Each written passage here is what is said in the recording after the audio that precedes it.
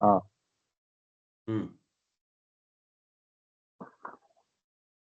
ಓಂ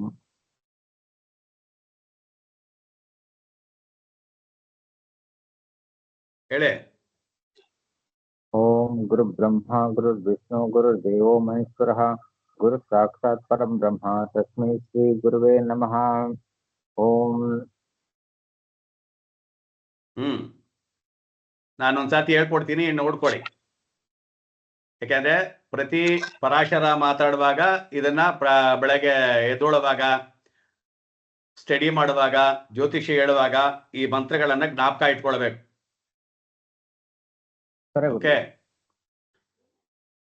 ಓಂ ಆರೋಗ್ಯಂ ಪ್ರದದಾತು no ದಿನಕರಃ ಚಂದ್ರೋ ಯಶೋ ನಿರ್ಮಲಂ ಭೂತಿಂ ಭೂಮಿಸುತಃ ಸುಧಾಂಶುತನಯೋ ಪ್ರಜ್ಞಾಂ ಗುರು ಗೌರವಂ ಕಾವ್ಯಕೋಮಲವಾಗ್ವಿಲಾಸಮತುಲಂ ಮಂದೋ ಮುದಂ ಸರ್ವದಾ ರಾಹುರ್ಬಾಹುಬಲಂ ಕರೋತು ವಿರೋಧಶಮನಂ ಕೇತುಃ ಕುಲಸ್ತ್ಯೋ ಉನ್ನತಿಂ ಕುರುಃ ನಿತ್ಯಂ ಪ್ರೀತಿಕರ ಭವತ್ ಭವತಾಂ ಸರ್ವೇ ಅನುಕೂಲ ಗ್ರಹ. ಇದು ಗ್ರಹಗಳ ಬಗ್ಗೆ ಹೇಳುವಂಥದ್ದು. ಆಮೇಲೆ ಈ ಏನು ನಾವು ಜ್ಯೋತಿಷ್ಯ ಅಂತ ಹೇಳಕ್ ಶುರು ಮಾಡ್ತಿದ್ದೀವಿ, ಇದನ್ನ ನಮಗೆ ಯಾರು ಹೇಳ್ಕೊಟ್ರು, ಈ ಪ್ರಪಂಚಕ್ಕೆ ಯಾರು ಪರಿಚಯ ಮಾಡಿಸಿದ್ರೋ ಅವರನ್ನ ಜ್ಞಾಪಕ ಮಾಡ್ಕೊಳ್ಬೇಕು. ಬರೀ ಗುರುಬ್ರಹ್ಮ ಅಂತ ಹೇಳಿದ್ರೆ ಸಾಲದು. ಗುರುಬ್ರಹ್ಮ ಅಂತಕ್ಕಂಥದ್ದು ಕಾಮನ್ ಆಗಿ ಹೇಳೋದು. ಸೊ ಎಲ್ಲರೂ ಮೀಟ್ ಮಾಡ್ಕೊಬೇಕು. ದಯವಿಟ್ಟು ಮಾತಾಡೋರಿದ್ರೆ ಮಾತ್ರ ಮಾತಾಡಬೇಕು, ಮ್ಯೂಟ್ ಮಾಡ್ಕೊಬೇಕು. ಇದು ಬಂದು ಗುರುಗಳು ಅಂತ. ಓಂ ನಮೋ ಸೂರ್ಯ ಪಿತಾಮಹೋ ವ್ಯಾಸಃ ವಸಿಷ್ಠೋ ಅತ್ರಿ ಪರಾಶರಃ ಕಶ್ಯಪೋ ನಾರದೋ ಗರ್ಗ್ಯಃ ಮರಿಚಿರ್ಮನುರಂಗಿರಃ ಲೋಮಶಃ ಪೌಲಶಚ್ಚೈವ ಚವನೋ ಯವನೋ ಭೃಗುಃ ಶೌನಕಃ ಅಷ್ಟಾದಿಶೈವೇತಿ ಜ್ಯೋತಿಷ್ಯ ಶಾಸ್ತ್ರ ಪ್ರವರ್ತಕಾಃ. ಅಂದ್ರೆ ಏನಿವಾಗ ನಾವು ಜ್ಯೋತಿಷ್ಯವನ್ನ ಓದ್ತಾ ಇದ್ದೀವಿ ಅಂತಕ್ಕಂಥದ್ದು ಏನಪ್ಪಾ ಅಂದ್ರೆ, ಋಷಿ ಮುನಿಗಳು ಆಗಿನ ಕಾಲದಲ್ಲಿ ನಮಗೆ ಅವರು ಕಂಡಿಡಿದು ಕೊಟ್ಟಂತಹ ಒಂದು ಬೆಲೆ ಬಾಳದಕ್ಕೆ ಆಗದಲ್ಲಿರ್ತಕ್ಕಂಥ ಒಂದು ಭಂಡಾರ. ಅದನ್ನ ಭಂಡಾರ ಅಂತ ಕರಿಬಹುದು.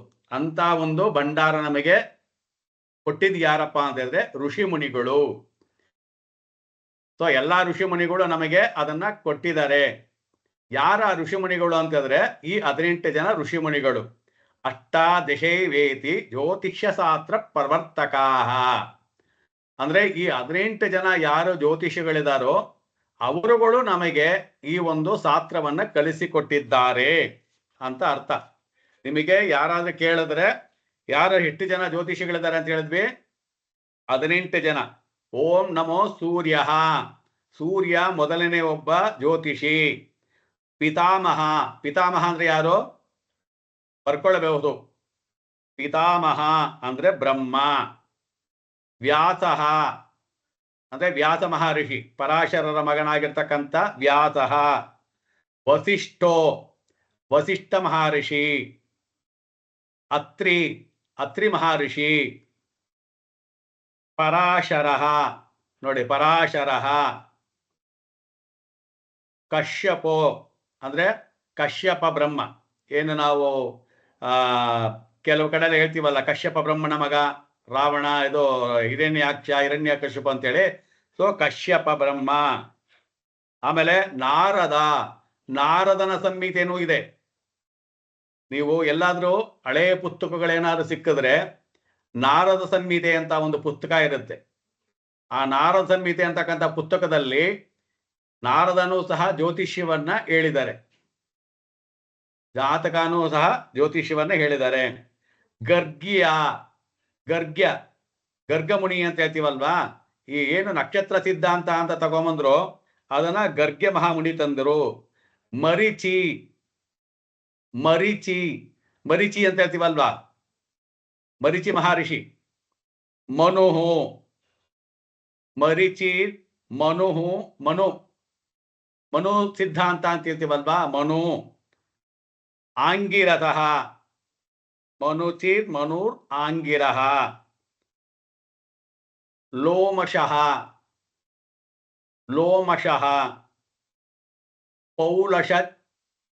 ಪೌಲಷತ್ ಚೈವ. ಯವನೋ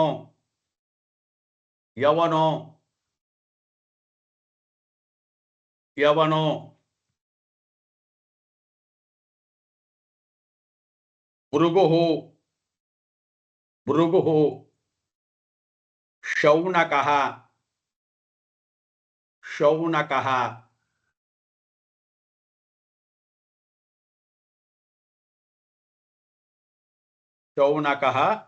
ಅಷ್ಟಾದಶೇವೇತಿ ಜ್ಯೋತಿಷ್ಯಶಾಸ್ತ್ರ ಪ್ರವರ್ತಕಾಃ. ಸೊ ನಾವು ಮೊದಲನೆಯದಾಗಿ ಗುರುವಿಗೆ ನಮಸ್ಕಾರ ಮಾಡಬೇಕು ಅಂತ ಹೇಳಿದೀವಿ. ಯಾರು ಈ ಗುರು ಇಲ್ಲಿ ಅಂತ ಹೇಳಿದ್ರೆ, ನಮಗೆ ಈ 18 ಜನ ಶಾಸ್ತ್ರಕಾರರು, ಪ್ರವರ್ತಕರು. ಅಂದ್ರೆ ಅದನ್ನ ಒಳಗಡೆ ಹೋಗಿ ಸಂಶೋಧನೆಯನ್ನ ಮಾಡಿ ಅವರು ಇದ್ದಂತ ಕಾಲದಲ್ಲಿ ಅದನ್ನ ಸರಿ ತಪ್ಪುಗಳನ್ನ ಪರಿಶೀಲನೆ ಮಾಡಿ ಜಗತ್ತಿಗೆ ಪರಿಚಯ ಮಾಡಿಸಿದಂತ ಮಹಾನುಭಾವಗಳು ಯಾರಪ್ಪ ಅಂತ ಹೇಳಿದ್ರೆ ಈ 18 ಜನ ಜ್ಯೋತಿಷ್ಯ ಶಾಸ್ತ್ರ ಪ್ರವರ್ತಕರು. ಸೊ ಇದು ವೆರಿ ವೆರಿ ಇಂಪಾರ್ಟೆಂಟು ಒಂದು ನೋಟ್ಸು. ಇದು ಜ್ಯೋತಿಷ್ಯಕ್ಕೆ ಬೇಕಾ, ಪ್ರಿಡಿಕ್ಷನ್ ಮಾಡಕ್ ಬೇಕಾ ಅನ್ನೋದಕ್ಕನ್ನ ಬದಲಾಗಿ ನಾವು ಕಲಿತಾ ಇರ್ತಕ್ಕಂಥ ಶಾಸ್ತ್ರ ಯಾವುದೇ ಇದ್ರು, ಏನೇ ವಿಷಯ ಇದ್ರು, ಅದರಲ್ಲಿ ನಮ್ಮ ಇನ್ವಾಲ್ವ್ಮೆಂಟ್ ಆಗಬೇಕಾದ್ರೆ ನಮಗೆ ಅವರ ಒಂದು ಬೇಸ್ ಬೇಕು. ಯಾರು ಮಾಡಿದ್ರು, ಯಾವಾಗ ಮಾಡಿದ್ರು, ಹೇಗ್ ಮಾಡಿದ್ರು. ತಂದೆ ತಾಯಿಗಳು ಯಾರಂತ ಗೊತ್ತಾದ್ರೆ ಏನಾಗತ್ತೆ, ಮಕ್ಕಳ ಬಗ್ಗೆ ಮಾತಾಡಕ್ಕಾಗತ್ತೆ. ಹಾಗೆ ಈ ಜ್ಯೋತಿಷ್ಯ ಶಾಸ್ತ್ರ ಪ್ರವರ್ತಕರು ಅಂತಕ್ಕಂಥವ್ರು ಯಾರ್ಯಾರು ಅಂತ ಗೊತ್ತಾದ್ರೆ ಅವರು ಯಾವ್ಯಾವ ರೀತಿ, ಇವಾಗ ಸೂರ್ಯ ಜ್ಯೋತಿಷ್ಯವನ್ನ ಹೇಳಿದಾನೆ ಅಂದ್ರೆ ನಾವು ಲೆಕ್ಕ ಹಾಕ್ಬೇಕು. ಸೂರ್ಯನೇ ನಮಗೆ ಪ್ರತ್ಯಕ್ಷ ದೇವತಾ ಅಂತ ಕರಿತೀವಿ. ಸೂರ್ಯನೇ ಜ್ಯೋತಿಷ್ಯವನ್ನ ಬರ್ದಿದ್ದಾರೆ ಅಂತ ಹೇಳಿದ್ರೆ ಹೇಗಿರ್ಬೇಕು ಅವಾಗ? ಇನ್ನ ಶಾಸ್ತ್ರ ಸುಳ್ಳು ಅಂತ ಹೆಂಗೆ ಹೇಳೋದು ನಾವು? ಜ್ಯೋತಿಷ್ಯ. ಅದಾದ್ಮೇಲೆ ಯಾರು? ಪಿತಾಮಹ. ಪಿತಾಮಹ ಅಂದ್ರೆ ಯಾರು? ಬ್ರಹ್ಮ. ಪಿತಾಮಹ ಅಂದ್ರೆ ಬ್ರಹ್ಮ. ಬ್ರಹ್ಮನು ಇದನ್ನ ಬಗ್ಗೆ ಇದು ಮಾಡಿದ್ದಾನೆ, ಪರಿಶೋಧನೆಯನ್ನ ಮಾಡಿದ್ದಾನೆ. ವ್ಯಾಸಃ 18 ಪುರಾಣಗಳನ್ನ ಬರೆದವರು, ವೇದಗಳನ್ನ ವಿಂಗಡಣೆ ಮಾಡಿದಂಥವರು, ಪರಾಶರ ಮಕ್ಕಳಾಗಿರ್ತಕ್ಕಂಥವರು ವ್ಯಾಸ ಮಹರ್ಷಿ. ವಸಿಷ್ಠರು ಸಹ ಜ್ಯೋತಿಷ್ಯವನ್ನ ಬರೆದಿದ್ದಾರೆ, ಜ್ಯೋತಿಷ್ಯ ಅಧ್ಯಯನವನ್ನ ಮಾಡಿದ್ದಾರೆ. ಆಮೇಲೆ ಇನ್ಯಾರು ಮಾಡಿದ್ದಾರೆ? ಅತ್ರಿ ಮಹರ್ಷಿ. ಅವರು ಸಹ ಏನು ಸಾಮಾನ್ಯವಾದವರಲ್ಲ ಅಲ್ವಾ? ದತ್ತಾತ್ರೇಯ, ಅತ್ರಿ ಮಹರ್ಷಿ ಎಂತ ಋಷಿಗಳು. ಸೊ ಇವರೆಲ್ಲರೂ ಸಹ ಜ್ಯೋತಿಷ್ಯವನ್ನ ಪ್ರವರ್ತಕರಾಗಿದ್ದಾರೆ, ನಮಗೆ ಕೊಟ್ಟಿದ್ದಾರೆ ಅಂದಾಗ ನಾವೇನ್ ಮಾಡಬೇಕು? ಪ್ರತಿನಿತ್ಯ ಈ ಒಂದು ಶಾಸ್ತ್ರವನ್ನು ಓದುವಾಗ ಅವರಿಗೆ ನಾವು ನಮಸ್ಕಾರವನ್ನ ಮಾಡಬೇಕು. ಅವರ ಆಶೀರ್ವಾದ ನಮಗೆ ಪಡ್ಕೊಳ್ಬೇಕು. ಅವರ ಆಶೀರ್ವಾದ ಒಂದಿತ್ತು ಅಂತ ಹೇಳಿದ್ರೆ ನಾವು ಯಾವುದೇ ವಿಧವಾದಂತಹ ಬರ್ದಲೇ ಇರ್ತಕ್ಕಂಥ ಶಾಸ್ತ್ರನೂ ಸಹ ನಮಗೆ ಬರೋದಕ್ಕೆ ಶುರುವಾಗುತ್ತೆ ಅಲ್ವಾ? ಸೊ ಹಾಗಾಗಿ ನಾವೇನ್ ಮಾಡಬೇಕು? ಅದನ್ನ ಕರೆಕ್ಟಾಗಿ ಅರ್ಥ ಮಾಡ್ಕೊಳ್ಬೇಕು. ಇವಾಗ ಯಾರಾದ್ರೂ ಒಬ್ರು ಒಂದ್ಸತಿ ಹೇಳಿ ನೋಡೋಣ, ನಾನು ಏನ್ ಹೇಳಿದೆ, ಇದು ಯಾರ್ಯಾರ ಹೆಸರು ಹೇಳಿದೆ ಅಂತ ಹೇಳಿ ನೋಡೋಣ. ಸೂರ್ಯ, ಪಿತಾಮಹ ಬ್ರಹ್ಮ, ವ್ಯಾಸಃ, ವಸಿಷ್ಠರು, ಅತ್ರಿ, ಪರಾಶರಃ, ಕಶ್ಯಪ, ನಾರದ, ಗಾರ್ಗ್ಯ, ಮರೀಚಿ, ಮನುಃ, ಆಂಗೀರಃ, ಲೋಮಶಃ, ಪೌಲಶ, ಶೈವ, ಯವನೋ, ಭೃಗುಃ,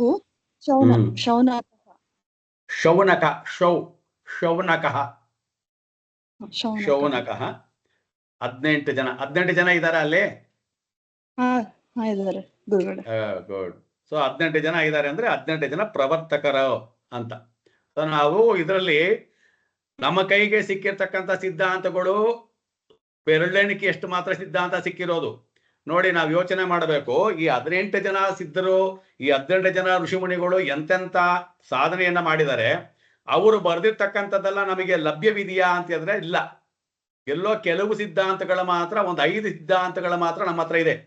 ಇವಾಗ ನಾವೆಲ್ಲ ಏನು ಜ್ಯೋತಿಷ್ಯ ಅಂತ ಹೇಳ್ತಿದ್ದೀವಿ, ಅದರಲ್ಲಿ ಇರ್ತಕ್ಕಂಥದ್ದು 5 ಸಿದ್ಧಾಂತ ಮಾತುಗಳೇ. ಒಂದು ಲೋಮ ಸಿದ್ಧಾಂತ, ಇನ್ನೊಂದು ಸೂರ್ಯ ಸಿದ್ಧಾಂತ, ಇನ್ನೊಂದು ಸೋಮ ಸಿದ್ಧಾಂತ, ಇನ್ನೊಂದು ಬೃಹಸ್ಪತಿ ಸಿದ್ಧಾಂತ ಅಂತೇಳಿ ಒಂದು 4-5 ಸಿದ್ಧಾಂತಗಳು ಮಾತ್ರನೇ ಸಿಕ್ಕಿರೋದು.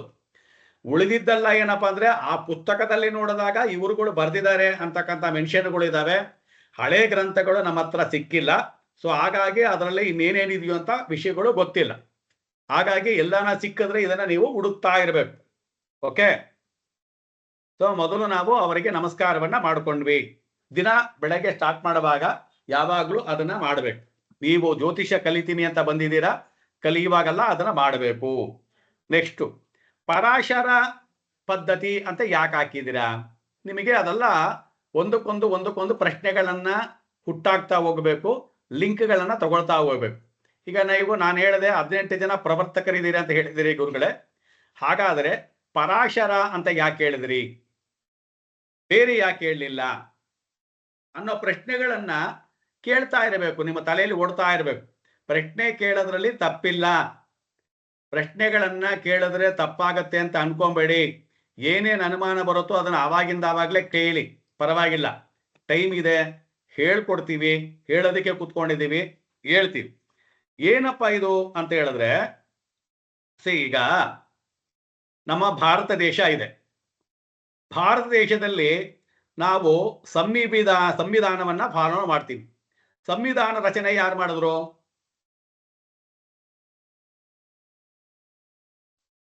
ಯಶೋಧ? ಅಂಬೇಡ್ಕರ್ ಸರ್.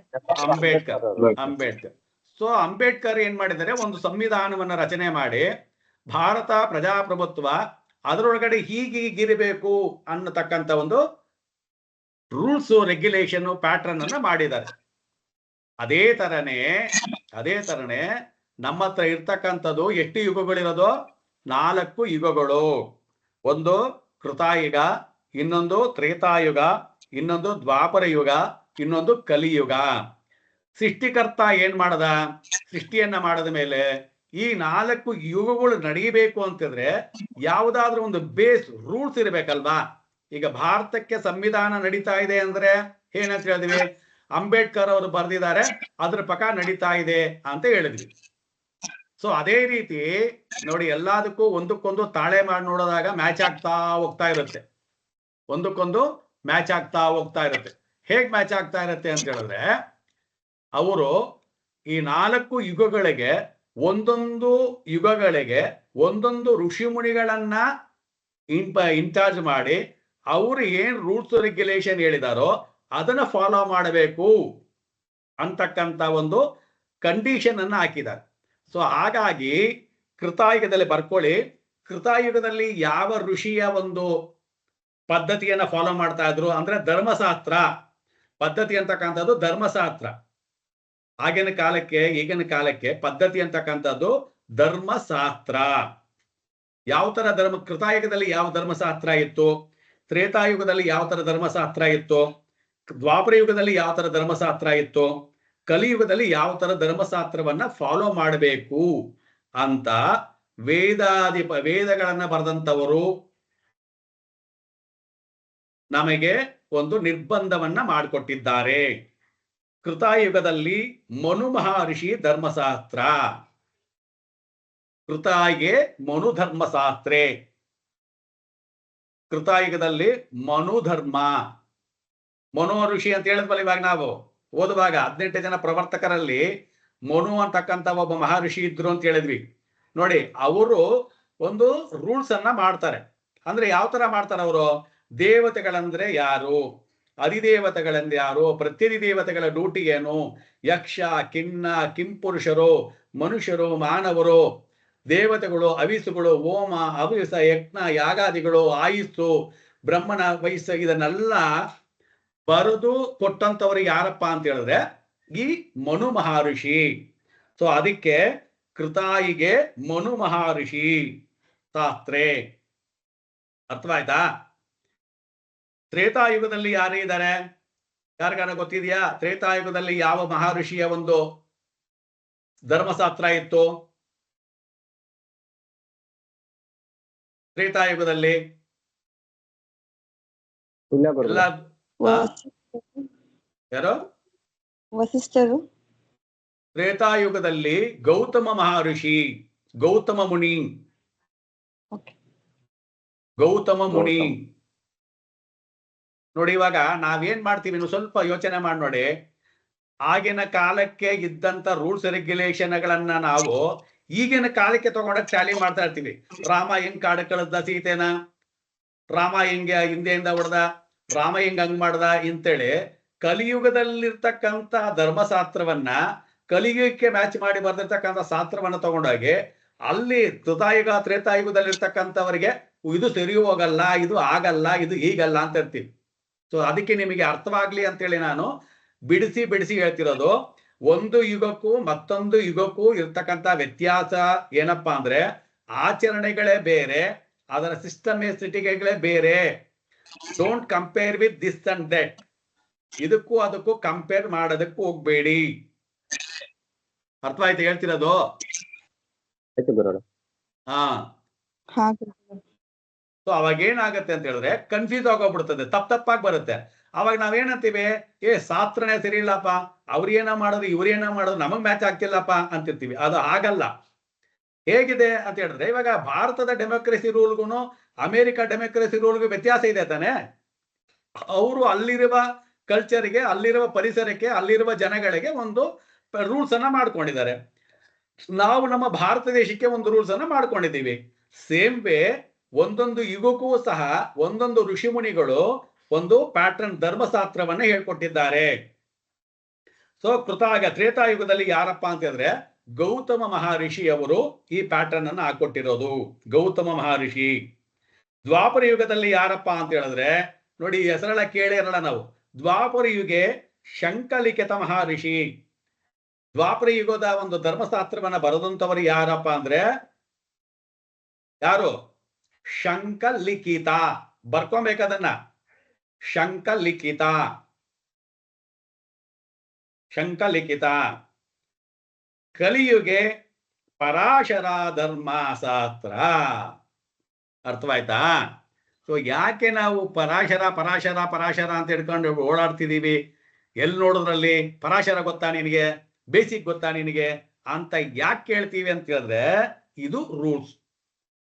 ಏನಾಗಾದ್ರೆ ಏನ್ ಮಾಡಿರ್ತಾರೆ ಇವರು ಪರಾಶರರು? ಏನ್ ಮಾಡಿರ್ತಾರೆ, ಈ ಕಲಿಯುಗದ ಪ್ರಮಾಣ, ಈ ಕಲಿಯುಗದಲ್ಲಿರ್ತಕ್ಕಂಥ ಧರ್ಮ, ಈ ಕಲಿಯುಗದಲ್ಲಿ ಬರ್ತಕ್ಕಂಥ ಯುಗ ಪುರುಷರು, ಶಕ ಪುರುಷರು ಎಲ್ಲವನ್ನ ಕ್ಯಾಲ್ಕುಲೇಷನ್ ಮಾಡಿ ಮನುಷ್ಯರಿಗೆ ಬೇಕಾಗಿರೋ ರೀತಿಯಲ್ಲಿ 18 ವರ್ಷಕ್ಕೆ ಮದುವೆ ಮಾಡು, 20 ವರ್ಷಕ್ಕೆ ಮದುವೆ ಮಾಡು, ಮಕ್ಕಳು ಮಾಡು, ಇಂಥ ಮದುವೆ ಮಾಡು, ಇಂಥ ಮುಹೂರ್ತ ಇಡು, ಇಂಥ ಜ್ಯೋತಿಷ್ಯ ನೋಡು, ಈ ತರ ಬಾಳು, ಈ ತರ ಬದುಕು, ಈ ತರ ಪೂಜೆ ಮಾಡು, ಈ ತರ ದೇವರಿಗೆ ದಾನ ಮಾಡು, ಧರ್ಮ ಮಾಡು ಅಂತೇಳಿ ಬರೆದಂಥವ್ರು ಯಾರಪ್ಪ ಅಂತ ಹೇಳಿದ್ರೆ ಪರಾಶರ ಮಹರ್ಷಿ. ಸೊ ಅದಕ್ಕೇನೆ ನಿಮಗೆ ಒಂದು ಸಣ್ಣ ವಿಷಯ ಹೇಳ್ಬಿಡ್ತೀನಿ. ಜಾತಿ ಹೊತ್ತು ಹೇಳ್ಕೊಂಡು ಕೂತ್ಕೊಂಡಿದ್ರೆ ಜ್ಯೋತಿಷ್ಯ ಮುಂದಕ್ಕೆ ಹೋಗಲ್ಲ, ಟೈಮ್ ಮುಂದ್ಗಡೆ ಹೋಗಲ್ಲ. ಜ್ಞಾನ ಇರ್ಲಿ ಅನ್ನೋದಕ್ಕೋಸ್ಕರವಾಗಿ ತಿಳಿಸ್ತಾ ಇದ್ದೀನಿ ನಾನು. ಈ 4 ಯುಗಗಳನ್ನ ಯಾರ್ಯಾರು ಮಾಡಿದ್ದಾರೆ ಇನ್ನೊಂದ್ಸರ್ತಿ ಹೇಳ್ಬಿಡ್ತೀನಿ. ಕೃತಾಯುಗದಲ್ಲಿ ಮನು ಮಹರ್ಷಿ ಧರ್ಮಶಾಸ್ತ್ರ, ತ್ರೇತಾಯುಗದಲ್ಲಿ ಗೌತಮ ಮಹರ್ಷಿ ಶಾಸ್ತ್ರ, ದ್ವಾಪರ ಯುಗದಲ್ಲಿ ಶಂಕಲಿಖಿತ ಮಹರ್ಷಿ ಧರ್ಮಶಾಸ್ತ್ರ, ಕಲಿಯುಗದಲ್ಲಿ ಪರಾಶರ ಮಹರ್ಷಿ ಧರ್ಮಶಾಸ್ತ್ರ ಆಚರಿಸಲ್ಪಡಬೇಕು, ಆಚರಿಸಲ್ಪಡುತ್ತದೆ. ಅರ್ಥವಾಯ್ತಾ? ನೋಡಿ, ನಿಮಗೆ ಆಯುಷು ಅಷ್ಟೇನೆ, ಧರ್ಮಾನು ಅಷ್ಟೇನೆ. ಎಲ್ಲಾರು ಹೇಳ್ಬೇಕು, ಕೃತಾಯುಗದಲ್ಲಿ 4 ಕಾಲಗಳಿತ್ತು, ತ್ರೇತಾಯುಗದಲ್ಲಿ 3 ಕಾಲಗಳಾಯ್ತು, ದ್ವಾಪರ ಯುಗದಲ್ಲಿ 2 ಕಾಲಗಳಾಯ್ತು, ಕಲಿಯುಗದಲ್ಲಿ 1 ಕಾಲದಲ್ಲಿ ಕುಂಟುತ್ತಾ ಇದೆ ಅಂತ ಹೇಳಿ ಸಿಂಪಲ್ ಆಗಿ ಹೇಳ್ಬೇಕಾದ್ರೆ ಅದನ್ನ ನೀವು ಒಳಗಡೆ ಹೋಗಿ ನೋಡಿದ್ರೆ ಎಲ್ಲಾ ವಿಚಾರಗಳು ಅದರಲ್ಲಿ ಅಡಕವಾಗಿರುತ್ತೆ. ಈಗ ನಾವು ಪ್ರವಚನ ಮಾಡಕ್ ಶುರು ಮಾಡಿದ್ರೆ ಅದು ತುಂಬಾ ದೂರ ಹೇಳ್ಕೊಂಡು ಹೋಗುತ್ತೆ. ಕಲಿಯುಗದಲ್ಲೇ ಇವಾಗ ತ್ರೇತಾಯುಗದಲ್ಲಿ, ಕೃತಾಯುಗದಲ್ಲಿ ಭಗವಂತನ ನೋಡ್ಬೇಕಾದ್ರೆ ನೀವೆಲ್ಲ ಪಿಕ್ಚರ್ ನೋಡಿರ್ಬೋದು, ಪುರಾಣ ಓದಿರ್ಬೋದು. ಭಗವಂತನನ್ನ ದರ್ಶನ ಮಾಡ್ಬೇಕಾದ್ರೆ 1006 ವರ್ಷಗಳ ಕಾಲ ತಪಸ್ ಮಾಡ್ತಾ ಇದ್ರು ಅಂತೆ. 1006 ವರ್ಷಗಳು ತಪಸ್ ಮಾಡ್ತಾ ಇದ್ರು ಅಂದ್ರೆ 1006 ವರ್ಷಗಳು ಆಯುಸ್ಸಿತ್ತು ಅಂತ ಅರ್ಥ ಅಲ್ವಾ? ಸೊ ಹಾಗೆ ಅಲ್ಲಿಯ ಸಿಸ್ಟಮು, ಅಲ್ಲಿಯ ಕಂಡೀಷನು, ಅಲ್ಲಿಯ ಹವಾಮಾನ, ಅಲ್ಲಿಯ ಒಂದು ಧರ್ಮ ಏನಪ್ಪ ಆಗಿದೆ ಬದಲಾವಣೆ ಇತ್ತು. ಅದಕ್ಕೆ ತಕ್ಕ ಹಾಗೆ ಅವರು ಅದನ್ನ ಮಾಡಿದ್ರು ಅನ್ನೋದನ್ನ ನೀವು ಜ್ಯೋತಿಷ್ಯಕಾರರು ಅರ್ಥ ಮಾಡ್ಕೊಳ್ಬೇಕು. ಯಾರಾದ್ರೂ ಎಲ್ಲಾದ್ರೂ ಹೇಳಿದ್ರೆ ಇದಕ್ಕೆ ಯಾಕೆ ಮ್ಯಾಚ್ ಆಗಲ್ಲ, ಅದಂಗೆ ಪಾಂಡವರು 5 ಜನ ಕಟ್ಕೊಂಡ್ರು, ನಾವ್ಯಾಕೆ ಕಟ್ಕೊಳಕ್ಕಾಗಲ್ಲ, ಕೃಷ್ಣ ಯಾಕೆ 1000 ಜನ 13,000 ಜನ ಕಟ್ಕೊಂಡ, ನಾವ್ಯಾಕೆ ಕಟ್ಕೊಳಕ್ಕಾಗಲ್ಲ, ಅರ್ಜುನ 13,000 ಕಟ್ಕೊಂಡ, ನಾವ್ಯಾಕೆ ಕಟ್ಕೊಳಕ್ಕಾಗಲ್ಲ ಅಂತ ಎಲ್ಲ ಕೇಳಿದ್ರೆ ನೀವು ಹೇಳಿ ಅವರಿಗೆ, ನೋಡಪ್ಪ ಆಗಿನ ಕಂಡೀಷನೇ ಬೇರೆ, ಆಗಿನ ವಿಧಿ ವಿಧಾನಗಳೇ ಬೇರೆ, ಆವತ್ತಿನ ಆಯುಸ್ಸು ಆರೋಗ್ಯ ಐಶ್ವರ್ಯ ಧರ್ಮಗಳೇ ಬೇರೆ. ಅದನ್ನ ತಗೊಂಬಂದು ಕಲಿಯುಗದಲ್ಲಿರ್ತಕ್ಕಂಥ ನೀನು ಅದಕ್ಕೆ ಟ್ಯಾಲಿ ಮಾಡಬೇಡ. ಟ್ಯಾಲಿ ಮಾಡಿದ್ರೆ ಅದು ಮ್ಯಾಚಿಂಗ್ ಆಗಲ್ಲ. ಈಗಿನ ಯುಗಕ್ಕೆ ಏನಿದೆಯೋ ಅದನ್ನ ಮಾತಾಡು ಅಂತ ಹೇಳ್ಬೇಕು. ನಾವೇನ್ ಮಾಡ್ಬಿಡ್ತೀವಿ ಅಂದ್ರೆ ಹೌದು ಹೌದು ಅಂತೀವಿ ಅಥವಾ ಗೊತ್ತಿಲ್ಲ ಅಂತ ಸುಮ್ಮನೆ ಆಗ್ಬಿಡ್ತೀವಿ. This is the point. Okay, ಈಗ ಬಂದ್ಬಿಡೋಣ, ಜಲ್ದಿ ಬಂದ್ಬಿಡೋಣ. ಸೊ ಹಾಗಾದ್ರೆ ಇವಾಗ ನಾವು ಏನ್ ಮಾಡಿದ್ವಿ, ಯಾಕೆ ಪರಾಶರ ಅದು ಜ್ಯೋತಿಷ್ಯ ಶಾಸ್ತ್ರ ಪ್ರವರ್ತಕರು 8 ಜನ ಅಂತ ಗೊತ್ತಾಯ್ತು, ಜ್ಯೋತಿಷ್ಯ ಅನ್ನ. ಆಮೇಲೆ ಪರಾಶರ ಪದ್ಧತಿನೇ ಯಾಕೆ ಬೇಕು ಅಂತ ಹೇಳಿದ್ವಿ. ಪರಾಶರ ಸಿಸ್ಟಮ್ ಅಂತಕ್ಕಂಥದ್ದು ವ್ಯವಹಾರ, ಏನೋ ಈ ಮದುವೆ ಮಾಡ್ತಕ್ಕಂಥದ್ದು, ದಾನ ಮಾಡ್ತಕ್ಕಂಥದ್ದು, ಪೂಜೆ, ಆಗಮಶಾಸ್ತ್ರ, ವಾಸ್ತುಶಾಸ್ತ್ರ, ಇದೆಲ್ಲ ಎಲ್ಲಿ ಯಾವುದ್ರ ಮೇಲೆ ಡಿಪೆಂಡ್ ಆಗಿರುತ್ತೆ ಅಂತ ಹೇಳಿದ್ರೆ ಪರಾಶರರ ಪದ್ಧತಿಯಂತೆ ಸಿಸ್ಟಮ್ ಅನ್ನ ಮಾಡಿರ್ತಕ್ಕಂಥದ್ದು. ಸೊ ಅದಕ್ಕೋಸ್ಕರ ನಾವು ಪರಾಶರ ಸಿಸ್ಟಮ್ ಅಂತ ಕರಿತೀವಿ. ಪರಾಶರ ಸಿಸ್ಟಮ್ ಅಂತಕ್ಕಂಥದ್ದು ಬೇಸ್ ಬೇಸ್ ಬೇಸ್ ಎಲ್ಲಿಂದ ಶುರುವಾಗತ್ತಂದ್ರೆ, ಏನು ಆದಿ ಕಾಲದಲ್ಲಿ ಬ್ರಹ್ಮ ಯಾವಾಗ ಉತ್ಪತ್ತಿ ಆದ್ನೋ ಅಲ್ಲಿಂದಾನೇ ಶುರು ಮಾಡ್ತಾನೆ ಪರಾಶರ. ಅರ್ಥವಾಯ್ತಾ? ಸೊ ಹಾಗಾದ್ರೆ ಈಗ ನಿಮಗೆ ಪರಾಶರ ಅಂದ್ರೆ ಏನಂತ ಅರ್ಥವಾಯ್ತು. ಯಾಕೆ ಪರಾಶರ ಪದ್ಧತಿ ಬೇಕು? ಬೇಕಾದಷ್ಟು ಪದ್ಧತಿಗಳು ಪರಾಶರದಿಂದ ಬೇರೊಡ್ಕೊಂಡು ಕವಲೊಡ್ಕೊಂಡು ಬಂದಿದೆ. ಆದರೆ ಬೇಸ್ ಯಾವ್ದಪ್ಪ ಅಂದ್ರೆ ಪರಾಶರನೇ. ಸೊ ಪರಾಶರ ಅಂದ್ರೆ ಅರ್ಥವಾಯ್ತಾ ಯಾಕೆ ಬೇಕು ಅಂತ? ಹಲೋ, ಇವ್ರು ಬಂದಿದಾರ ಯಾರು? VC ಯಾರು ಮಾತಾಡ್ತಿರೋದು? ಬಂದಾರ? ಸರಿ, ಮ್ಯೂಟ್ ಮಾಡ್ರಿ. ಬಂದ್ರೆ ಹೇಳಿ ಯಾರಾದ್ರೆ. ರತ್ನ ಮ್ಯೂಟ್ ಮಾಡಿ, ವಿಡಿಯೋ ಆನ್ ಮಾಡಿ ಅಂತ ಹೇಳಿದೆ. ವಿಡಿಯೋ ಆನ್ ಮಾಡ್ಲಿಲ್ಲ ಅಂದ್ರೆ ದಯವಿಟ್ಟು ಬರಬೇಡಿ. ವಿಡಿಯೋ ಆನ್ ಮಾಡಿ ಮ್ಯೂಟ್ ಮಾಡ್ಕೊಳ್ಳಿ. ಸೊ ಇವಾಗ ಶಾಸ್ತ್ರ ಅನ್ನೋದು ಏನಂತ ನಿಮಗೆ ಸ್ವಲ್ಪನೇ ಅರ್ಥವಾಗಕ್ಕೆ ಹೋಗ್ಬೇಕು. ಆಮೇಲೆ ಶಾಸ್ತ್ರ ನೋಡೋಣ. ಶಾಸ್ತ್ರ ಅಂದ್ರೆ ಏನಂತ ಗೊತ್ತಿಲ್ದಲ್ಲ ಒಳಗಡೆ ಹೋಗಿ ಏನ್ ಮಾಡೋದು ಕೂತ್ಕೊಂಡು ಯಾರನ್ನ ಪ್ರಶ್ನೆ ಕೇಳಿದಾಗ ಬೆಬೆಬೆ ಅನ್ನೋದಕ್ಕೆ ಆಗಲ್ಲ. ಓಕೆ, ಸೊ ಇವಾಗ ನಾವು ಒಂದು ಜ್ಯೋತಿಷ್ಯ ಅಂದ್ರೆ ಏನಾಗಾದ್ರೆ, ಧರ್ಮಶಾಸ್ತ್ರ ಅಂದ್ರೆ ಏನಂತ ಅರ್ಥವಾಯ್ತು ಇವಾಗ. ಪರಾಶರರು ಯಾರು, ಪರಾಶರ ಅಂತಕ್ಕಂಥ ತತ್ವ ಅಂದ್ರೆ ಏನು, ಯಾಕೆ ನೋಡಬೇಕು ಅಂತ ಗೊತ್ತಾಯ್ತು. ಹಾಗಾದ್ರೆ ಇವಾಗ ಜ್ಯೋತಿಷ್ಯ ಅಂದ್ರೆ ಏನು, ಜ್ಯೋತಿಷ್ಯ ಅನ್ನೋ ಬೇಕಾ ಬೇಡವಾ ಅನ್ನೋದೊಂದು ಇದೆಯಾ? ಹಾಗಾದ್ರೆ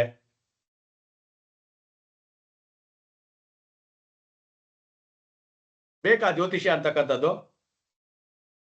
ಬೋರ್ಡ್ ಕಾಣ್ತಾ ಇದೆಯಾ? ಬೋರ್ಡ್ ಕಾಣ್ತಾ ಇದೆಯಾ? ಓಕೆ, ಸೊ ಜ್ಯೋತಿಷ್ಯ ಅಂದ್ರೆ ಏನ್ ಇವಾಗ ಹಾಗಾದ್ರೆ?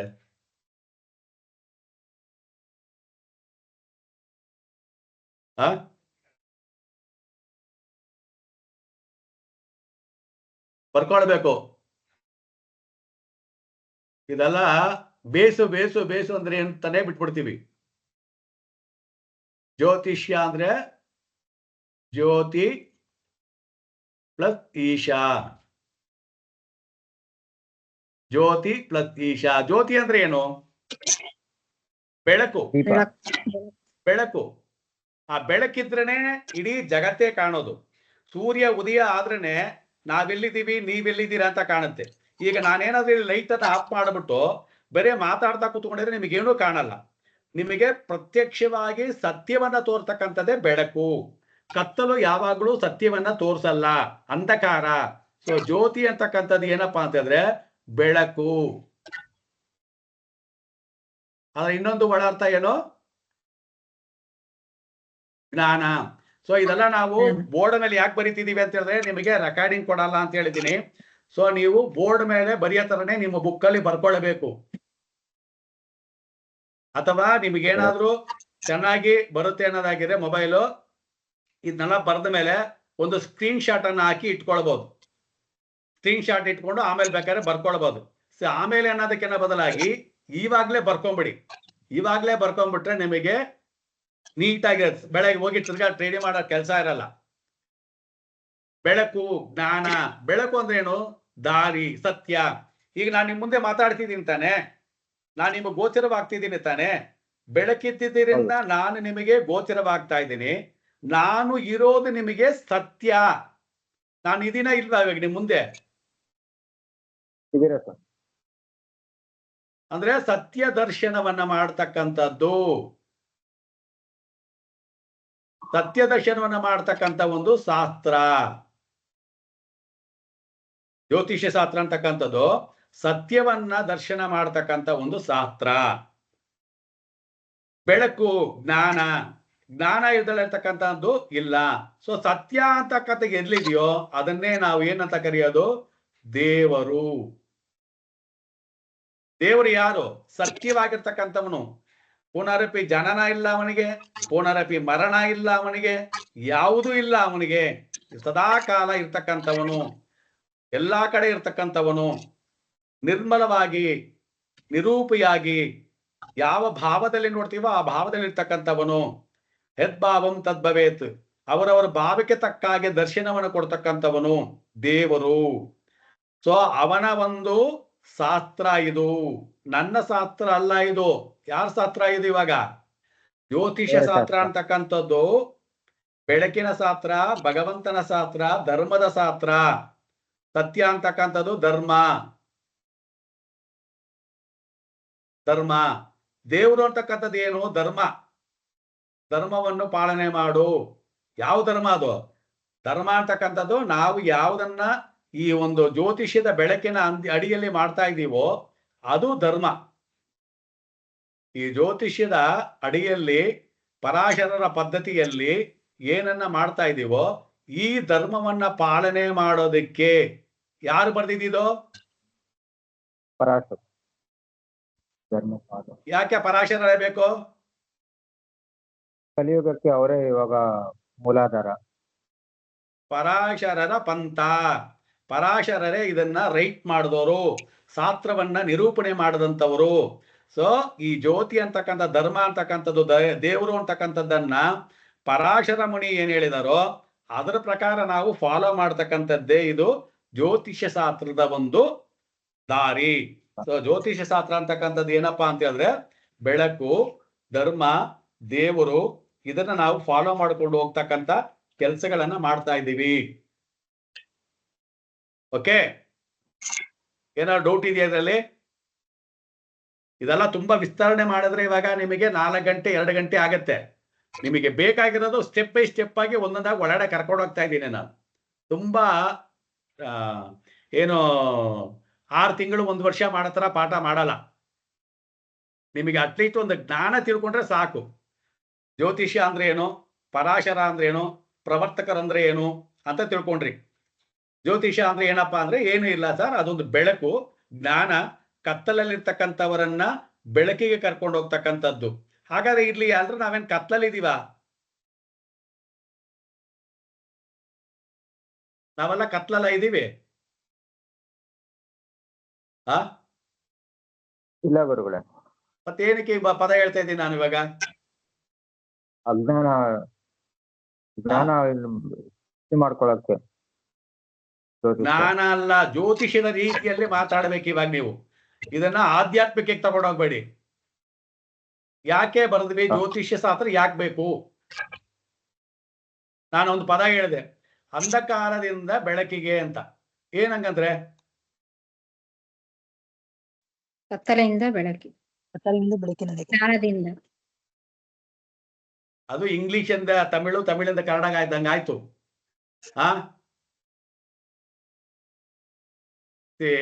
ಕತ್ತಲೆಯಿಂದ ಬೆಳಕಿಗೆ ಅಂತ ಆಯ್ತು.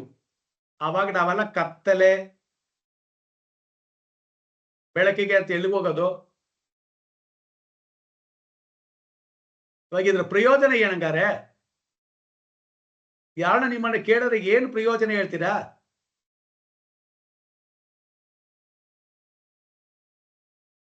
ಯಾಕೆ ಬೇಕಿದು?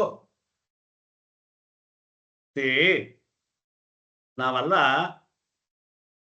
ಮನುಷ್ಯರು ಪಂಚಭೂತಗಳಿಂದ ಹುಟ್ಟಿದ್ದೀವಿ, ಆಸೆ ಆಕಾಂಕ್ಷೆಗಳನ್ನು ತುಂಬಿಕೊಂಡು ಹುಟ್ಟಿದ್ದೀವಿ. ನಾಳೆ ಏನು ಅನ್ನೋದು ನಮಗೆ ಅರಿವಿಲ್ಲ. ನಾನು ಏನ್ ಮಾಡಬೇಕು ಅನ್ನೋ ಜ್ಞಾನ ಇಲ್ಲ. ಯಾವ ದಾರಿಯಲ್ಲಿ ಹೋದ್ರೆ ನಾನು ಬದುಕ್ತೀನಿ, ಗೆಲ್ತೀನಿ ಅನ್ನೋದು ನಮಗೆ ಇಲ್ಲ. ಈಗ ನಮ್ಮ ಓಟ ಎಲ್ಲ ಯಾವ ಕಡೆ ಇದೆ? ಗೆಲ್ಲುವುದರ ಬಗ್ಗೆ. ಗೆಲ್ಲುವುದು. ಸೊ ಗೆಲ್ತೀವಾ ಇಲ್ವಾ ಅಂತಕ್ಕಂಥದ್ದು ಅಂಧಕಾರ. ಗೆಲ್ಲಬೇಕು, ಗೆಲ್ತೀವಾ ಇಲ್ವಾ ಅನ್ನೋದು ಅಂಧಕಾರ.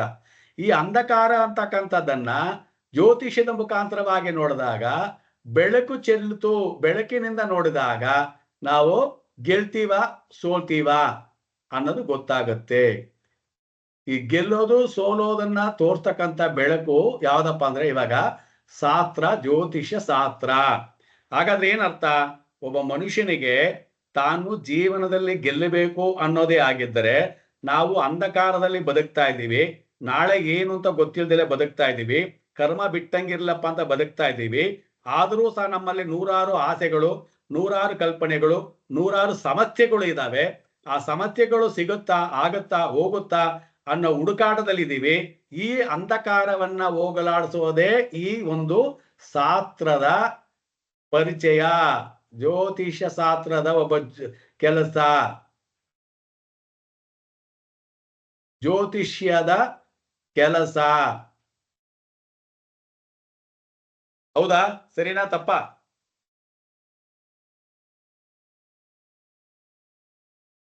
ಇದನ್ನ ಯಾರು ಮಾಡ್ಬೇಕು? ಇದನ್ನ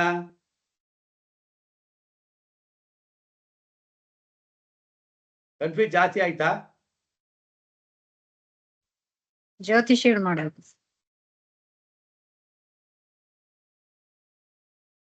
ಇದನ್ನ ಯಾರು ಮಾಡಬೇಕಪ್ಪ ಅಂತಂದ್ರೆ ಜ್ಯೋತಿಷಿ. ಜ್ಯೋತಿಷಿ ಅಂದ್ರೆ ದೈವಜ್ಞ. ನಾವೇನ್ ಮಾಡ್ತೀವಿ? ನಮಗೇನು ಗೊತ್ತಾಗ್ದಲ್ಲ ಇದ್ದಾಗ ಭಗವಂತನ ಮುಂದೆ ಹೋಗಿ ನಿಂತ್ಕೊಂಡ್ಬಿಡ್ತೀವಿ. ಭಗವಂತ ನನಗೆ ಅದು ಬೇಕು, ಇದು ಬೇಕು ಅಂತ. ಅಲ್ಲಿ ಆಗ್ತಾ ಇಲ್ಲಪ್ಪ, ಇಲ್ಲಿ ಹೋಗ್ತಾ ಇಲ್ಲಪ್ಪ, ದಯವಿಟ್ಟು ನನಗೆ ಒಳ್ಳೇದ್ ಮಾಡ್ಕೊಡಪ್ಪ ಅಂತೇಳಿ ಭಗವಂತನ ಮುಂದೆ ಹೋಗಿ ನಿಂತ್ಕೊಂಡು ಅಪ್ಲಿಕೇಶನ್ ಅನ್ನು ಹಾಕ್ತೀವಿ. ಅವನು ಮಾತಾಡ್ತಾನೋ ಬಿಡ್ತಾನೋ, ನೆಕ್ಸ್ಟ್ ಬರೋದು ಎಲ್ಲಿ ಬರ್ತೀವಿ? ಒಬ್ಬ ಜ್ಯೋತಿಷಿ ಹತ್ರ ಬರ್ತೀವಿ. ಸರ್ ನನಗಿಂತ ಕೆಲಸ ಆಗುತ್ತಾ, ಮದ್ವೆ ಆಗತ್ತಾ, ಮಕ್ಕಳಾಗತ್ತಾ, ಮನೆ ಕಟ್ತೀನ, ನೂರಾರು ಪ್ರಶ್ನೆಗಳನ್ನ ಒತ್ಕೊಂಡು ಬರ್ತೀವಿ. ಯಾಕೆ? ನಮಗ್ ಬ್ಲೈಂಡು, ಅಂಧಕಾರ, ಕತ್ತಲಲ್ಲಿದ್ದೀವಿ ನಾವು. ಬೆಳಕಿನ ದಾರಿ ಬೇಕು. ಆ ಬೆಳಕಿನ ದಾರಿಯನ್ನ ತೋರ್ತಕ್ಕಂಥದ್ದು ಇಲ್ಲಿ ಒಬ್ಬ ದೈವಜ್ಞ. ದೇವರಿಗೆ ಸಮಾನವಾಗಿರ್ತಕ್ಕಂಥವನು ದೈವಜ್ಞ. ಅವನು ಇದನ್ನ ಹೇಳಬಲ್ಲ. ಅವನೇ ಜ್ಯೋತಿಷಿ ಅಂತ ಕರೆಯೋದು.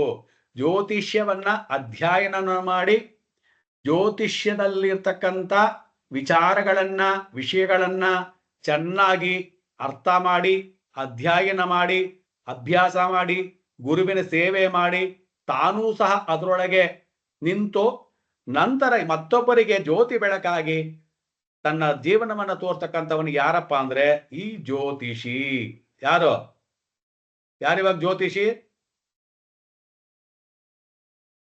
ನಾವೇ. ನೀವು. ನಾವೇ. ಗುಡ್. ಯಾರು ಹೇಳಿದ್ದು ನಾವೇ ಅಂತ? ಮಂಜುನಾಥ ಸರ್. ನಾವೇ. ನಾವೇ. ಸೊ ಅವಾಗ ನಾವ್ ಹೇಗಿರ್ಬೇಕಾಗಪ್ಪ ಇವಾಗ? ಹಂಗಾರೆ ದೈವಜ್ಞನಾಗಿರಬೇಕು ಅಂತ ಹೇಳಿದ್ರೆ ನಾನು ಏನಾಗಬೇಕು ಇವಾಗ? ನಾನು ಹೇಗಿರಬೇಕು ಅನ್ನೋದು ಮುಖ್ಯ.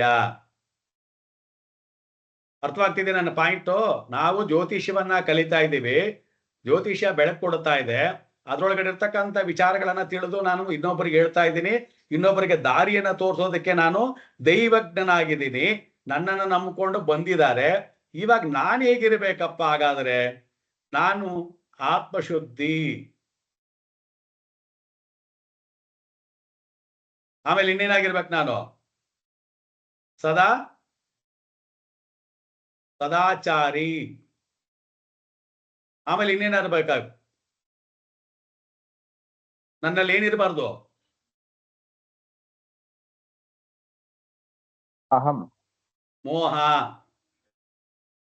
ಆಸೆ, ಅಹಂಕಾರ, ಸ್ವಾರ್ಥ, ಇದೆಲ್ಲ ನನ್ನಲ್ಲಿ ಇರಬಾರ್ದು. ಯಾಕೆ? ನಾನು ದೈವಜ್ಞ, ನಾನು ದೇವರಾಗ್ತಾ ಇದ್ದೀನಿ. ಸೊ ನಾನು ದೈವಜ್ಞನಾಗಿದ್ದೀನಿ ಅಂತ ಹೇಳಿದ ಮೇಲೆ ನನ್ನಲ್ಲಿ ಮೋಹ, ಆಸೆ, ಅಹಂಕಾರ, ದುರಹಂಕಾರ, ದುರಾಭಿಮಾನ, ದುಶ್ಚಟ ಇದೆಲ್ಲ ಇರಬಾರ್ದು. ನಾನು ಯಾವಾಗ್ಲೂ ಆಚಾರವಂತನಾಗಿರಬೇಕು. ಆಚಾರವಂತ. ಕರೆಕ್ಟಾ? ಹೌದು ಒಬ್ಬ ಗುರುಗಳೇ. ಜ್ಯೋತಿಷಿ ಹೇಗಿರ್ಬೇಕಪ್ಪ ಅಂತ ಹೇಳಿದ್ರೆ ಅವನು ಈ ನಿಟ್ಟಲ್ಲಿ ಇದ್ದಾಗ ಮಾತ್ರನೇ ಅವನು ಜ್ಯೋತಿಷಿ ಆಗೋದಕ್ಕೆ ಸಾಧ್ಯ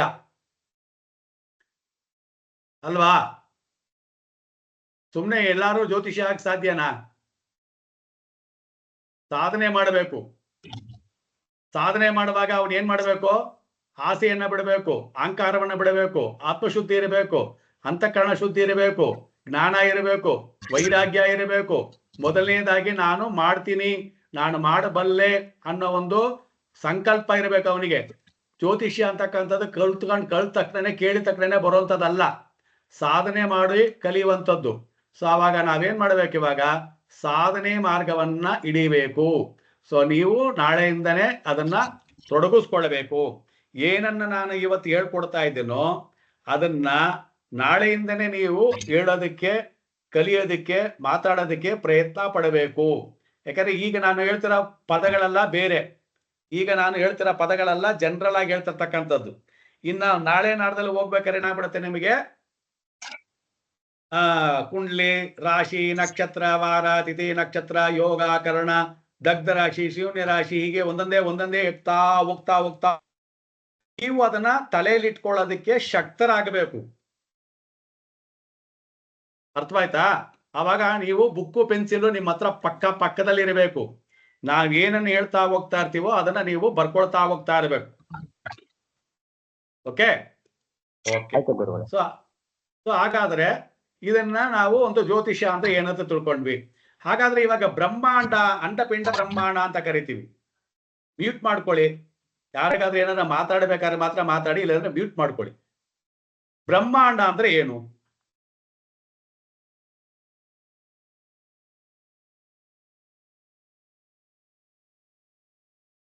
ಈಗ ನಾವಿರೋದು ಇಲ್ಲಿ ಭೂಲೋಕದಲ್ಲಿ ಇದೀವಿ ಅಂತೀವಿ, ಭೂಮಿ ಮೇಲೆ ಇದೀವಿ ಅಂತೀವಿ. ಭೂಮಿಯ ಮೇಲ್ಗಡೆ ಏನೇನಿದೆ?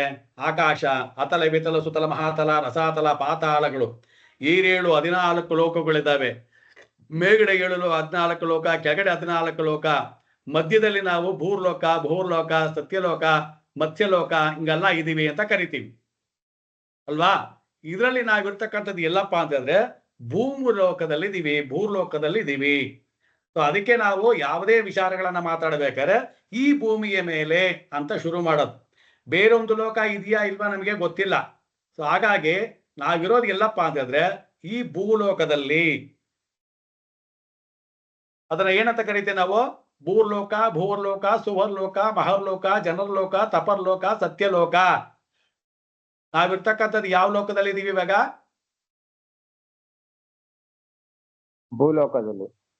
ಭೂಲೋಕದಲ್ಲಿ ಇದೀವಿ. ಓಕೆ. ಸೊ ಹಾಗಾದ್ರೆ ಈ ಬ್ರಹ್ಮಾಂಡವನ್ನ ಸೃಷ್ಟಿ ಮಾಡ್ದನ್ ಯಾರು? ಈ ಬ್ರಹ್ಮಾಂಡ ಅಂತ ಇದ್ದೇವಲ್ಲ, ಈ ಬ್ರಹ್ಮಾಂಡದಲ್ಲಿರ್ತಕ್ಕಂಥದ್ದೆಲ್ಲ ಯಥಾಪಿಂಡಿ ತಥಾ ಬ್ರಹ್ಮಾಂಡ ಅಂತೆಲ್ಲ ಕರಿತೀವಿ.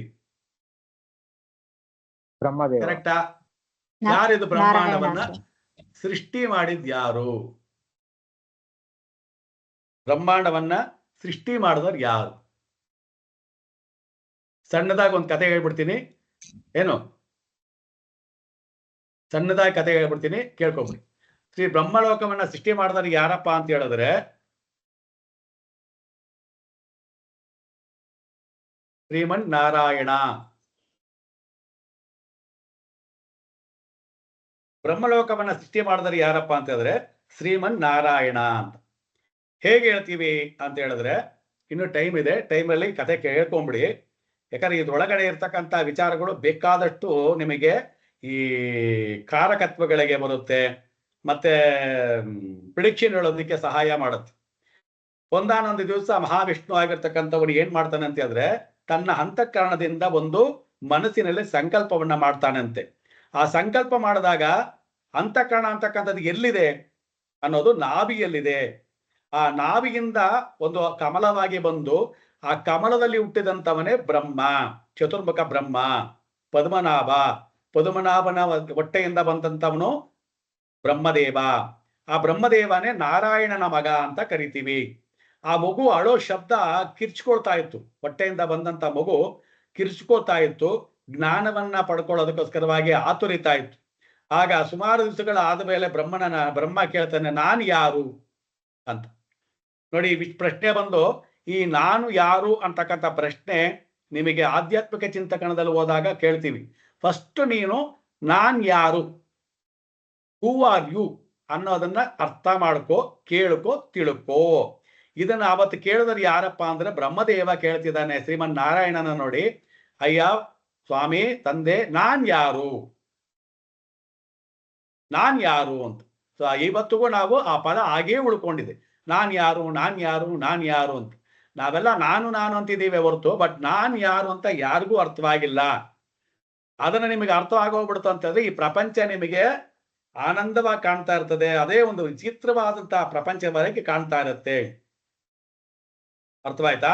ಸೊ ಆವಾಗ ಬ್ರಹ್ಮ ಏನ್ ಮಾಡ್ತಾರೆ, ಬ್ರಹ್ಮನಿಗೆ ಏನ್ ಹೇಳ್ತೇನೆ, ಶ್ರೀ ನಾರಾಯಣ ನೀನ್ ಯಾರು ಅಂತ ಅರ್ಥ ಮಾಡ್ಕೊಳ್ಬೇಕು ಅಂದ್ರೆ ತಪಸ್ಸನ್ನ ಆಚರಣೆ ಮಾಡು. ತಪಃ ತಪಃ ಈ ಪದವನ್ನ ಅರ್ಥ ಮಾಡ್ಕೊಳ್ಳಿ. ತಪಸ್ಸು ಅಂದ್ರೆ ಏನಪ್ಪಾ ಅಂತ ಹೇಳಿದ್ರೆ ನೀವು ಸಹ ತಪಸ್ಸನ್ನ ಮಾಡಬೇಕು. ತಪ್ಪದೆ ಒಂದು ವಿಷಯವನ್ನ ಕೂಲಂಕುಷವಾಗಿ ಅರ್ಥವಾಗುವವರೆಗೂ ಬಿಡದೆ ಅದನ್ನ ಫಾಲೋ ಮಾಡಿ. ಇವತ್ತು ಜ್ಯೋತಿಷ್ಯ ಕಲಿಯೋದಕ್ಕೆ ಬಂದಿದ್ದೀರಾ ಅಂದ್ರೆ ಇವತ್ತಿನಿಂದ ನೀವು ತಪಸ್ಸನ್ನ ಮಾಡಬೇಕು. ನಾನು ಜ್ಯೋತಿಷ್ಯವನ್ನ ಕಲಿತೀನಿ, ಅದು ಎಷ್ಟೇ ಆಳ ಇದ್ರೂ ಸರಿ, ಕಷ್ಟ ಇದ್ರೂ ಸರಿ, ಕಲಿತೀನಿ ಅಂತೇಳಿ ಪ್ರತಿಜ್ಞೆಯನ್ನ ಮಾಡಿಕೊಂಡು ಅದರಲ್ಲಿ ಟ್ರಾವೆಲ್ ಮಾಡದೆ ತಪಸ್ಸು. ಒಂದು ವಿಷಯದಲ್ಲಿ ಟ್ರಾವೆಲ್ ಮಾಡದೆ ತಪಸ್ಸು. ಆಗ ಬ್ರಹ್ಮದೇವ ತಪಸ್ಸನ್ನ ಮಾಡ್ತಾನೆ, ಅವನಿಗೆ ಆಶೀರ್ವಾಣಿ ಆಗತ್ತೆ. 100 ವರ್ಷಗಳ ನಂತರ ಒಂದು ಆಶೀರ್ವಾಣಿ ಆಗತ್ತೆ, ಸೃಷ್ಟಿಯನ್ನ ಮಾಡು ಅಂತ. ಏನ್ ಸೃಷ್ಟಿ ಮಾಡೋದು ನಾನು, ಹೇಗ್ ಸೃಷ್ಟಿ ಮಾಡೋದು ನಾನು ಅಂತ ಯೋಚನೆಯನ್ನ ಮಾಡ್ತಾನೆ ಬ್ರಹ್ಮದೇವ. ಆ ಯೋಚನೆಯಲ್ಲಿ ಸೃಷ್ಟಿಯಲ್ಲಿ ಆಗ್ತಕ್ಕಂಥದ್ದೇ ಮೊದಲನೇದು ಆಕಾಶ ತತ್ವ. ಆಕಾಶ ತತ್ವ ಅಂತಕ್ಕಂಥದ್ದು ಏನಪ್ಪಾ ಅಂದ್ರೆ ಸ್ಪೇಸ್, ಜಾಗ. ಇವತ್ತು ಜಾಗ ಇರೋದ್ರಿಂದ ನಾನು ಇಲ್ಲಿ ಮನೆ ಕಟ್ಕೊಂಡಿದ್ದೀನಿ, ಈ ಜಾಗ ಇರೋದ್ರಿಂದ ನಾನು ಕಂಪ್ಯೂಟರ್ ಇಟ್ಕೊಂಡಿದ್ದೀನಿ, ಈ ಜಾಗ ಇರೋದ್ರಿಂದ ನಿಮ್ಮ ಎದೆನಲ್ಲಿ ನಿಮ್ಮ ದೇಹದಲ್ಲಿ ಜಾಗ ಇರೋದ್ರಿಂದ ಉಸಿರಾಡ್ತಾ ಇದ್ದೀರಾ, ನಿಮ್ಮ ಜಾಗದಲ್ಲಿ ರಕ್ತದಲ್ಲಿ ಜಾಗ ಇರೋದ್ರಿಂದ ರಕ್ತ ಸಂಚಲನೆ ಆಗ್ತಾ ಇದೆ, ಹೊಟ್ಟೆಯಲ್ಲಿ ಜಾಗ ಇರೋದ್ರಿಂದ ಊಟ ಇಡಿಸ್ತಾ ಇದೆ. ನೋಡಿ, ಎಲ್ಲಿತ್ತು ಜಾಗ? ಸ್ಪೇಸ್ ಅಲ್ಲಿತ್ತು. ಯಥಾ ಪಿಂಡೆ ತಥಾ ಬ್ರಹ್ಮಾಂಡೆ. ಪಿಂಡಾಂಡದಲ್ಲಿ ಏನಿದೆಯೋ ಅದು ಬ್ರಹ್ಮಾಂಡದಲ್ಲಿದೆ. ಬ್ರಹ್ಮಾಂಡದಲ್ಲಿ ಸೃಷ್ಟಿಯಾಗಿರ್ತಕ್ಕಂಥದ್ದೇ ಪಿಂಡಾಂಡದಲ್ಲಿರೋದು. ಆಕಾಶ ತತ್ವ ಸೃಷ್ಟಿ ಆಯಿತು. ಬರ್ಕೊಳ್ಳಿ, ಆಕಾಶ ತತ್ವ. ಸ್ಪೇಸ್ ಉಸಿರಾಟ ಆಗೋದಕ್ಕೆ ಜಾಗ, ತತ್ವಗಳು ಸ್ಪೇಸ್, ಆಕಾಶ ತತ್ವ. Gap between you and me. So ಇದೆಲ್ಲ ನಿಮಗೆ ನೆಕ್ಸ್ಟ್ ಪ್ರಿಡಿಕ್ಷನ್ ಹೇಳುವಂತ ಸಮಯದಲ್ಲಿ ಆಕಾಶ ತತ್ವದ ಗ್ರಹ ಅಂದಾಗ ಇದು ಅರ್ಥ ಬರಬೇಕು. ಇವಾಗ ಇಲ್ಲಿ ಏನ್ ಹೇಳ್ತಾ ಇದ್ದೀವೋ ಅದೇ ಮುಂದಕ್ಕೂ ಹೇಳೋದು. ಇಲ್ಲಿ ನಿಮಗೇನೋ ಕತೆ ಹೇಳ್ತಿದ್ದಾರೆ, ಏನೋ ಮುಂದೆ ಹೋಗ್ತಿದ್ದಾರೆ ಅಂದ್ಕೊಂಡ್ಬಿಡ್ಬೇಡಿ. ನೆಕ್ಸ್ಟ್ ಆಕಾಶ ತತ್ವ ಗ್ರಹ ಯಾವುದು, ಆಕಾಶ ತತ್ವ ರಾಶಿ ಯಾವುದು, ಇದು ಯಾವುದು, ಅದೇ ಯಾವುದು ಅಂತ ಹೇಳಿದಾಗ ಈ ಎಲ್ಲೋ ಹೇಳ್ದಂಗಿತ್ತಲ್ಲ ಆಕಾಶ ತತ್ವ ಅಂದ್ರೆ ಏನು ಅಂತೇಳಿ ಅಂತ ಹುಡುಕ್ಬಾರ್ದು. ಆಕಾಶ ತತ್ವ, ಈ ಆಕಾಶ ತತ್ವ ಏನಾಗ್ಬಿಡ್ದು, ಬಹಳ ಉದ್ದ ಆಗ್ಬಿಡ್ತು, ಆದಿ ಅಂತ್ಯರಹಿತವಾಗಿ ಹೋಗ್ಬಿಡ್ತು. ಅದಕ್ಕೆ ಪರಮಾತ್ಮನೇ ಹೇಳ್ತೀವಿ, ಆದಿ ಅಂತ್ಯರಹಿತನಾಗಿರ್ತಕ್ಕಂಥವನು ಪರಮಾತ್ಮ. ಅವನಿಗೆ ಆದಿನೂ ಇಲ್ಲ ಅಂತ್ಯನೂ ಇಲ್ಲ. ಈ ಆಕಾಶ ತತ್ವ ಅಂತಕ್ಕಂಥದ್ದು ಆದಿ ಅಂತ್ಯ ಇಲ್ಲದೆ ಬೆಳೆದೋಗ್ಬಿಡುತ್ತು. ಬ್ರಹ್ಮ ನಿಂತ್ಕೊಂಡು ನೋಡ್ತಾನೆ, ಇದನ್ನ ಹೆಂಗಪ್ಪ ನೋಡೋದು, ಹೆಂಗೆ ಅಳತೆ ಮಾಡೋದು, ಯಾರು ಕಂಡಿಡಿಯೋದು? ಸೃಷ್ಟಿಯನ್ನ ಮಾಡ್ಬಿಟ್ಟೆ ನಾನು ಮನಸ್ಸಿನಿಂದ. ನೋಡಿ, ಬ್ರಹ್ಮ ಮಾಡಿದ್ದು ಮನಸ್ಸಿನಿಂದ, ನಾರಾಯಣ ಮಾಡಿದ್ದು ಅಂತಃಕರಣದಿಂದ. ಮನಸ್ಸಿನಿಂದ ಮಾಡಿರ್ತಕ್ಕಂಥದ್ದು ಚಂಚಲತೆಯಿಂದ ಕೂಡಿರುತ್ತೆ, ಅಂತಃಕರಣದಿಂದ ಮಾಡಿರ್ತಕ್ಕಂಥದ್ದು ಶಾಶ್ವತವಾಗಿರುತ್ತೆ. ನೀವು ಯಾವುದೇ ವಿಷಯಗಳನ್ನ ತೀರ್ಮಾನ ಮಾಡ್ತೀನಿ ಅಂತ ಹೇಳಿದ್ರೆ ಮನಸ್ಸಿನಿಂದ ಮಾಡಬೇಡಿ, ಅಂತಃಕರಣದಿಂದ ಮಾಡಿ. ಅಂತಃಕರಣ ಅಂತಕ್ಕಂಥದ್ದು ಎಲ್ಲಿದೆ? ನಾಭಿಯಲ್ಲಿದೆ, ಬ್ರಹ್ಮ ಕಮಲದಲ್ಲಿದೆ. ಅದರ ಮೇಲೆ ಕೈ ಇಟ್ಟು ಅಲ್ಲಿ ನೀವು ಪ್ರಾರ್ಥನೆಯನ್ನ ಮಾಡಿ. ಮನಸ್ಸಿನ ಮೇಲೆ ಹಿಂಗಿಟ್ಕೊಂಡು ಮಾಡಬೇಡಿ. ಮನಸ್ಸು ಬದಲಾವಣೆ ಆಗ್ತಾನೆ ಇರುತ್ತೆ. ಬ್ರಹ್ಮ ಮಾಡಿದ್ದು ಮನಸ್ಸಿನಿಂದ. ಸೊ ಅದಕ್ಕೆ ವಿಕಾಸವಾಗೋಗ್ಬಿಡ್ತು, ಮನಸ್ಸು ದೊಡ್ಡದಾಗೋಗ್ಬಿಡ್ತು. ಆಕಾಶ ತತ್ವ ಇಲ್ಲ ಇದು ಏನಿದೆ ಇಷ್ಟು ದೊಡ್ಡದಾಗೋಗ್ಬಿಟ್ಟಿದೆಯಲ್ಲ, ಇದನ್ನ ಹೆಂಗೆ ನೋಡೋದು ನಾನು, ಹೆಂಗೆ ಕಂಡಿಡಿಯೋದು ನಾನು ಅಂತ ಹೇಳ್ಬಿಟ್ಟು ಏನ್ ಮಾಡ್ತಾನೆ, ಆಕಾಶದಲ್ಲಿ ಚಲನೆ ಮಾಡಬೇಕು ಅಂತಂದ್ರೆ ಎನರ್ಜಿ ಬೇಕು. ಆವಾಗ ಚಲನೆ ಯಾವಾಗ ಶುರುವಾಯಿತು, ಆವಾಗ ಗಾಳಿ ಉತ್ಪತ್ತಿ ಆಯಿತು. ವಾಯುತತ್ವ ನೋಡಿ, ಆಕಾಶ ತತ್ವ ಅಂತಕ್ಕಂಥದ್ದು ಸ್ಪೇಸ್ ಅಂತ ಹೇಳಿದ್ವಿ. ವಾಯುತತ್ವ ಗಾಳಿ, ಎನರ್ಜಿ, ಚಿಂತನೆ. ಯಾಕೆ ವಾಯುತತ್ವ ಉತ್ಪತ್ತಿ ಆಯ್ತು ಇವಾಗ? ಯಾಕೆ? ಚಿಂತನೆ. ಅದಕ್ಕೆ ನಾವು ರಾಶಿ ಒಳಗಡೆ ವಾಯು ತತ್ವದವರು ಚಿಂತನೆ ಜಾಸ್ತಿ ಮಾಡ್ತಾರೆ ಅಂತ ಹೇಳೋದು. ಎಲ್ಲಿ ಉತ್ಪತ್ತಿ ಆಯ್ತು? ಇಲ್ಲಿ ಬ್ರಹ್ಮನಿಗೆ ಚಿಂತನೆಯ ಉತ್ಪತ್ತಿ ಆಯ್ತು. ಸೊ ಅವಾಗ ವಾಯು ತತ್ವ ಉತ್ಪತ್ತಿ ಆಯ್ತು. ಚಲನೆ ಮಾಡೋದಕ್ಕೆ ಎನರ್ಜಿ ಸಿಕ್ತು. ಗಾಳಿ ಇಲ್ಲಾಂದ್ರೆ ನಡೆಯೋದಕ್ಕಾಗಲ್ಲ. ಗಾಳಿಯಿಂದ ಸೃಷ್ಟಿ ಮಾಡ್ದ, ಗಾಳಿಯಿಂದ ನಡ್ಕೊಂಡು ಹೋದ. ಯಾವಾಗ ಅವನು ನೋಡೋದಕ್ಕೆ ಅಂತ ಮುಂದ್ಗಡೆ ಹೋದನೋ, ಅವನು ಹೆಜ್ಜೆ ಇಡ್ತಾ ಇಡ್ತಾ ಇಡ್ತಾ ಹೋಗುವಂತ ಸಮಯದಲ್ಲಿ ಕೆಲವು ರಿಯಾಕ್ಷನ್ ಆಯ್ತು. ಆಕಾಶ ತತ್ವಕ್ಕೂ ವಾಯು ತತ್ವಕ್ಕೂ ರಿಯಾಕ್ಷನ್, ತಿಕ್ಕಾಟ ಶುರುವಾಯ್ತು, ಘರ್ಷಣೆ ಶುರುವಾಯ್ತು, ಎನರ್ಜಿ ಶುರುವಾಯ್ತು. ದಟ್ ಈಸ್ ಕಾಲ್ಡ್ ಅಗ್ನಿ ತತ್ವ. ಬೆಂಕಿ, ಬೆಂಕಿ, ಅಗ್ನಿ ತತ್ವ. ಸೊ ಅವನು ಇಲ್ಲಿ ಬೆಂಕಿ ಇಲ್ಲಿ ಸ್ಟಾರ್ಟ್ ಆಯ್ತು. ಈಗ ಫಾರ್ ಎಕ್ಸಾಂಪಲ್ ನೀವು ಗಾಡಿ ಓಡ್ತಾ ಇರ್ಬೇಕಾದ್ರೆ ನೋಡಬಹುದು, ಗಾಡಿ ಓಡುವಾದ್ರೆ ವೀಲ್ ಸುತ್ತುತ್ತಾ ಇರುತ್ತೆ. ವೀಲ್ ಸುತ್ತುತ್ತಾ ಸುತ್ತುತ್ತಾ ಭೂಮಿಗೂ ವೀಲ್ಗೂ ಟಚ್ ಆಗಿ ಹೀಟ್ ಆಗುತ್ತೆ. ಘರ್ಷಣೆ ಆಗ್ತಾ ಆಗ್ತಾ ಹೀಟ್ ಆಗ್ತಾ ಇರುತ್ತೆ. ಹೀಟ್ ಜಾಸ್ತಿ ಆದಾಗ ಟೈರ್ ಬ್ರಸ್ಟ್ ಆಗೋದು ಅದೆಲ್ಲ ನೀವು ಕೇಳಿರಬಹುದು. ಸೊ ಹೀಟ್ ಜಾಸ್ತಿ ಆಗಿ ಹಾಗೆ ಹೋಗ್ತಾನೇ ಇರುತ್ತೆ ಅಲ್ವಾ. ಮುಂದೆ ಆಮೇಲೆ ಏನಾಗತ್ತೆ, ಟೈರ್ ಹೋದ್ಮೇಲೆ ಆ ಜಾಗ ತಣ್ಣಗಾಗತ್ತೆ. ತಣ್ಣಗಾಗತ್ತೆ ಅಂತಕ್ಕಂಥದ್ದೇ ಜಲತತ್ವ. ತಣ್ಣಗಾಗತ್ತೆ. ಈ ಘರ್ಷಣೆ ಆದ್ಮೇಲೆ, ಯಾವ ಘರ್ಷಣೆ? ಆಕಾಶ ತತ್ವಕ್ಕೂ ವಾಯು ತತ್ವಕ್ಕೂ ಘರ್ಷಣೆ ಉಂಟಾದಾಗ ಅಗ್ನಿ ತತ್ವವಾಯಿತು. ಅಗ್ನಿ ತತ್ವ ಕ್ಷಣಕಾಲ ಆದ ಮೇಲೆ ಅದು ಜಲತತ್ವವಾಯಿತು. ಈ ಜಲತತ್ವವೇ ಏನಾಯ್ತು ಕೊನೆಗೆ? ಜಲತತ್ವ, ಅಗ್ನಿತತ್ವ, ಆಕಾಶ ತತ್ವ, ವಾಯು ತತ್ವ ಎಲ್ಲಾ ಸೇರಿ ಒಂದು ಧೂಳಿನ ಕಣಗಳಾಗ್ತಾ ಆಗ್ತಾ ಸೇರ್ತಾ ಬಂತು. ದಟ್ ಈಸ್ ಕಾಲ್ಡ್ ಪೃಥ್ವಿ ತತ್ವ. ಪೃಥ್ವಿ ಅಂದ್ರೆ ಇವಾಗ ನಾವಿದೀವಲ್ವಾ, ಅದು ಪೃಥ್ವಿ ಅಲ್ಲ. ಪೃಥ್ವಿ ಅಂತಕ್ಕಂಥದ್ದು ಗಣವಸ್ತುವಿನ ಒಂದು ತತ್ವ. ಅದು ಪೃಥ್ವಿ ಅನ್ನೋದು ಒಂದು ಘನ. ಇದಕ್ಕೆ ನೀವು ಕೇಳಬೇಕು, ಸರ್ ಇದಕ್ಕೆ ಎಲ್ಲಿ ಆಧಾರ ಇದೆ? ಹಾಗಾದ್ರೆ ಯಾರು ಹೇಳಿದಾರೆ ಇದನ್ನ? ಯಾರು ಹೇಳಿದ್ರು? ಹಾಗಾದ್ರೆ ನಾನೇನ್ ಹೇಳಿದೆ ಆವಾಗ್ಲೇ, ಬ್ರಹ್ಮನನ್ನ ನಾರಾಯಣ ಸೃಷ್ಟಿ ಮಾಡ್ದ. ನಾರಾಯಣನಿಗೆ ನಾರಾಯಣ ಹೇಳ್ತಾನೆ ಬ್ರಹ್ಮನಿಗೆ ಸೃಷ್ಟಿಯನ್ನ ಮಾಡು, ನೀನು ಸೃಷ್ಟಿ ಕಾರ್ಯವನ್ನ ಮಾಡು ಅಂತ ಹೇಳ್ತಾನೆ. ಆವಾಗ ಸೃಷ್ಟಿ ಕಾರ್ಯ ಯಾವ ಬೇಸ್ ಮೇಲೆ ಮಾಡ್ಲಿ ಅಂತ ಕೇಳಿದಾಗ, ಪರಮಾತ್ಮನಾಗಿರ್ತಕ್ಕಂಥ ಶ್ರೀಮನ್ ನಾರಾಯಣನೇ ಈ ವೇದವನ್ನ ಮೊದಲು ಹೇಳಿದವನು. ಅದಕ್ಕೆ ವೇದ ಅಂತಕ್ಕಂಥದ್ದು ಬರೆಯಲ್ಪಟ್ಟಿದ್ದಲ್ಲ, ಹೇಳಲ್ಪಟ್ಟಿದ್ದಲ್ಲ, ಸೃಷ್ಟಿಸಲ್ಪಟ್ಟಿದ್ದಲ್ಲ, ಬೋಧಿಸಲ್ಪಟ್ಟಿದ್ದು. ಯಾರಿಂದ? ಶ್ರೀಮನ್ ನಾರಾಯಣನಿಂದ ಬ್ರಹ್ಮನಿಗೆ ಬೋಧಿಸಲ್ಪಟ್ಟಿತ್ತು. ಆ ಬ್ರಹ್ಮ ತನ್ನ ಶಿಷ್ಯರಿಗೆ, ತನ್ನ ವಂಶಕ್ಕೆ, ತನ್ನ ಮಕ್ಕಳಿಗೆ ಹೇಳಿ ಹೇಳಿ ಹೇಳಿ ಅದು ಇವತ್ತು ವೇದ ವೇದ ವೇದ ವೇದ ಅಂತ ಬಂದು ಕೂತ್ಕೊಂಡಿದೆ. ಹಾಗಾದ್ರೆ ವೇದವನ್ನ ಮೊದಲು ಹೇಳಿದರು ಯಾರು? ಯಾರು? ವಿಷ್ಣು. ನಾರಾಯಣ. ವಿಷ್ಣು ಬೇರೆ, ನಾರಾಯಣ ಬೇರೆ. ನಾರಾಯಣ. ನಾರಾಯಣ. ನಾರಾಯಣ ಏನಕ್ಕೆ ಅಂತಂದ್ರೆ ಅವನು ನೀರಿನ ಮೇಲೆ ಪ್ರಯಾಣವನ್ನ ಮಾಡ್ತಾ ಇರ್ತಾನೆ. ಅದಕ್ಕೋಸ್ಕರ ಅವನು ನಾರಾಯಣ ಅಂತ ಕರೆಯೋದು. ಅರ್ಥವಾಯ್ತಾ? ಸೊ ಅದಕ್ಕೆ ಆ ಅಪೌರುಷವಾಗಿ ಬರೆದಿರ್ತಕ್ಕಂಥ ವೇದದಲ್ಲಿ ಬ್ರಹ್ಮಾನಂದವಲ್ಲಿ ಅಂತಕ್ಕಂಥ ಒಂದು ಸೂತ್ರದಲ್ಲಿ ಈ ಒಂದು ಪಾಠವನ್ನ ಹೇಳಿದ್ದಾರೆ. ಹೇಗೆ ಹೇಳಿದಾರಪ್ಪ ಅಂತ ಹೇಳಿದ್ರೆ, ತತ್ಮಾತ್ಮನ ಆಕಾಶ ಶಂಭೂತಃ ಆಕಾಶಾದ್ ವಾಯುಃ ವಾಯುರಗ್ನಿಃ ಅಗ್ನಿರಾಪಃ ಅದ್ಯ ಪೃಥಿವಿಃ ಪೃಥಿವ್ಯಾ ಓಷಧಯಃ ಓಷಧಭ್ಯೋ ಅನ್ನಂ ಅನ್ನಾತ್ ಪುರುಷಃ ಸ ವಾ ಏಷಾ ಪುರುಷ ಅನ್ನರಸಮಯಃ ತತ್ಯದ್ದೇಮ ವಿತಶಿರಃ ಅಯಂ ದಕ್ಷಿಣ ಪಕ್ಷಃ ಅಯಮುತ್ತರ ಪಕ್ಷಃ ಅಯಮಾತ್ಮಾ ಇದಂ ಪುಚ್ಚಂ ಪ್ರತಿಷ್ಠಃ ತದಪ್ಯಶ್ಲೋಕೋ ಭವತಿ. ನೋಡಿ, ಇದನ್ನೆಲ್ಲ ಹುಡುಕಬೇಕು ನಾವು. ಒಂದಕ್ಕೊಂದು ಲಿಂಕ್ ಎಲ್ಲಿದೆ? ಬ್ರಹ್ಮಾಂಡ ಹಾಗಾದ್ರೆ ಎಲ್ಲಿದ್ದ ಬಂತು? ಸೃಷ್ಟಿಕರ್ತ ಮಾಡದ ಅಂತ ಹೇಳಿದಕ್ಕೆ ಸಾಕ್ಷಿ ಎಲ್ಲಿದೆ? ಆಧಾರ ಎಲ್ಲಿದೆ? ಅಪೌರುಷವಾಗಿರ್ತಕ್ಕಂಥ ವೇದದಲ್ಲಿ ಹೇಳಿದಾನೆ ಅವನು. ಏನು? ಆಕಾಶದಿಂದ ವಾಯು, ವಾಯುವಿಂದ ಅಗ್ನಿ, ಅಗ್ನಿಯಿಂದ ಆಪ, ಆಪದಿಂದ ಪೃಥ್ವಿ, ಈ ಪೃಥ್ವಿಯೆಲ್ಲ ಸೇರಿದಾಗ ಭೂಮಿ, ಈ ಭೂಮಿಯೊಳಗಡೆ ಬರ್ತಕ್ಕಂಥ ರಸ, ಔಷಧಿ, ಔಷಧಿನೇ ಅನ್ನ. ಇವತ್ತು ನಾವೇನ್ ತಿಂತಾ ಇದೀವಿ ಅನ್ನ ಅನ್ನ ಅಂತೇಳಿ, ದಟ್ ಈಸ್ ಕಾಲ್ಡ್ ಮನುಷ್ಯ ಬದುಕೋದಕ್ಕೆ ಔಷಧಿ ಅಂತ ಬರೆದಿದ್ದಾನೆ ಹೊರತು ಅನ್ನ ಅಂತಕ್ಕಂಥದ್ದು ನಾವು ಹೇಳ್ಕೊಂಡಿರೋದು. ಬಟ್ ಶ್ಲೋಕ ಏನ್ ಹೇಳುತ್ತೆ ಅಂತಂದ್ರೆ ಅನ್ನ ರಸಃ ಔಷಧಭ್ಯ, ಆ ರಸನೇ ಔಷಧಿ, ಆ ರಸದಿಂದ ನಾವು ಬದುಕ್ತಾ ಇದ್ದೀವಿ. ಆ ರಸ ಏನಾಗತ್ತೆ, ದೇಹದಲ್ಲಿ ಸೇರ್ತಾ ಸೇರ್ತಾ ಬೆಳವಣಿಗೆ ಆಗತ್ತೆ, ಅದೇ ರಸನೇ ವೀರ್ಯವಾಗತ್ತೆ. ನೆಕ್ಸ್ಟ್ ಮತ್ತೆ ಅದೇ ವೀರ್ಯ ಆಗಿ ಮತ್ತೊಂದು ಜನರೇಷನ್ ಆಗೋದಕ್ಕೆ ಕಾರಣವಾಗತ್ತೆ. ಸೈಕಲ್ ಹೇಗೆ ಮಾಡಿದ್ದಾನೆ ಭಗವಂತ ಅನ್ನೋದು ನೋಡಿ.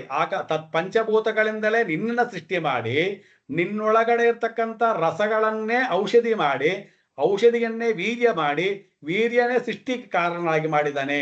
ಸೊ ಸೃಷ್ಟಿಕರ್ತ ಏನ್ ಮಾಡಿದ್ದಾನೆ, ಬ್ರಹ್ಮ ಪಂಚಭೂತಗಳನ್ನ ಸೃಷ್ಟಿ ಮಾಡದ.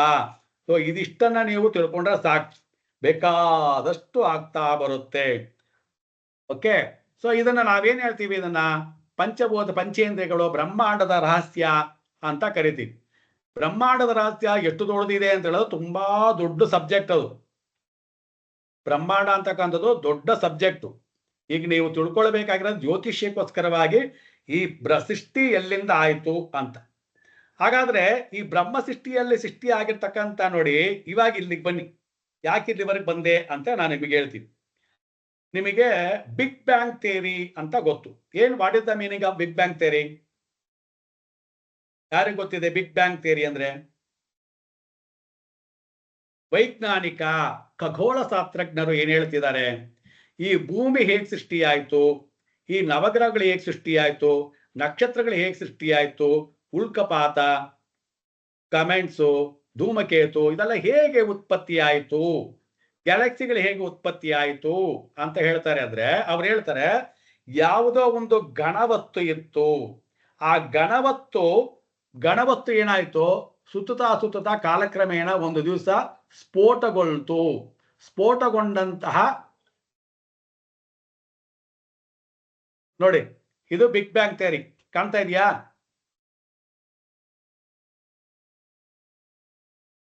ಕಾಣ್ತಾ ಇದೆಯಾ ಪಿಕ್ಚರು? ಕಾಣಿಸ್ತಿದೆ ಸರ್. ಸೊ ಅವ್ರು ಏನ್ ಹೇಳ್ತಾರೆ ಅಂತ ಹೇಳಿದ್ರೆ, ಈ ತರ ಯಾವುದೋ ಒಂದು ಗಣವಸ್ತು ಇತ್ತು, ಆ ಗಣವಸ್ತು ಏನಾಯ್ತು, ತನ್ನನ್ನು ತಾನು ಸುತ್ತಕೊಳ್ತಾ ಬಹಳ ದಿನಗಳಾದ ಮೇಲೆ ಒಂದು ಸ್ಫೋಟಗೊಳ್ತು ಅಂತ ಹೇಳ್ತಿದ್ದಾರೆ. ಅವ್ರು ಹೇಳೋ ಮಾತು ಗಣವಸ್ತು. ಇದನ್ನ ಬಿಗ್ ಬ್ಯಾಂಗ್ ಥಿಯರಿ ಅಂತ ಕರೀತಾರೆ. ಓಕೆ, ಇದು ಎಲ್ರಿಗೂ ನಿಮಗೆ ಎಲ್ಲ ಸ್ಕೂಲಲ್ಲಿ ಗೊತ್ತು. ಈಗ ನಮ್ಮ ಪ್ರಶ್ನೆ ಏನಪ್ಪಾ ಅಂತ ಹೇಳಿದ್ರೆ, ಆ ಗಣವಸ್ತು ತಂದಿಟ್ಟವ್ರು ಯಾರು ಸ್ವಾಮಿ?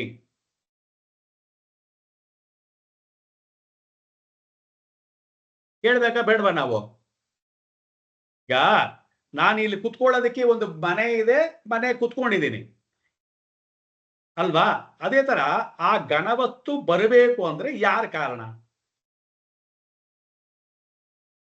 ಅದೇ ಇಷ್ಟೊತ್ತು ನಾನು ಹೇಳಿದ ಕತೆ. ಈ ಗಣವಸ್ತು ಯಾವಾಗ ಬಂತು? ಯಾರು ಸೃಷ್ಟಿ ಮಾಡಿದ್ರು? ಬ್ರಹ್ಮಾಂಡ. ಬ್ರಹ್ಮ ಶ್ರೀಮನ್ನಾರಾಯಣನ ಮಗನಾಗಿರ್ತಕ್ಕಂಥ ಬ್ರಹ್ಮ ಸೃಷ್ಟಿ ಮಾಡದ. ಈ ಆಕಾಶ ತತ್ವದಲ್ಲಿ 3 ತತ್ವಗಳು, 3 ಗುಣಗಳಿದಾವೆ.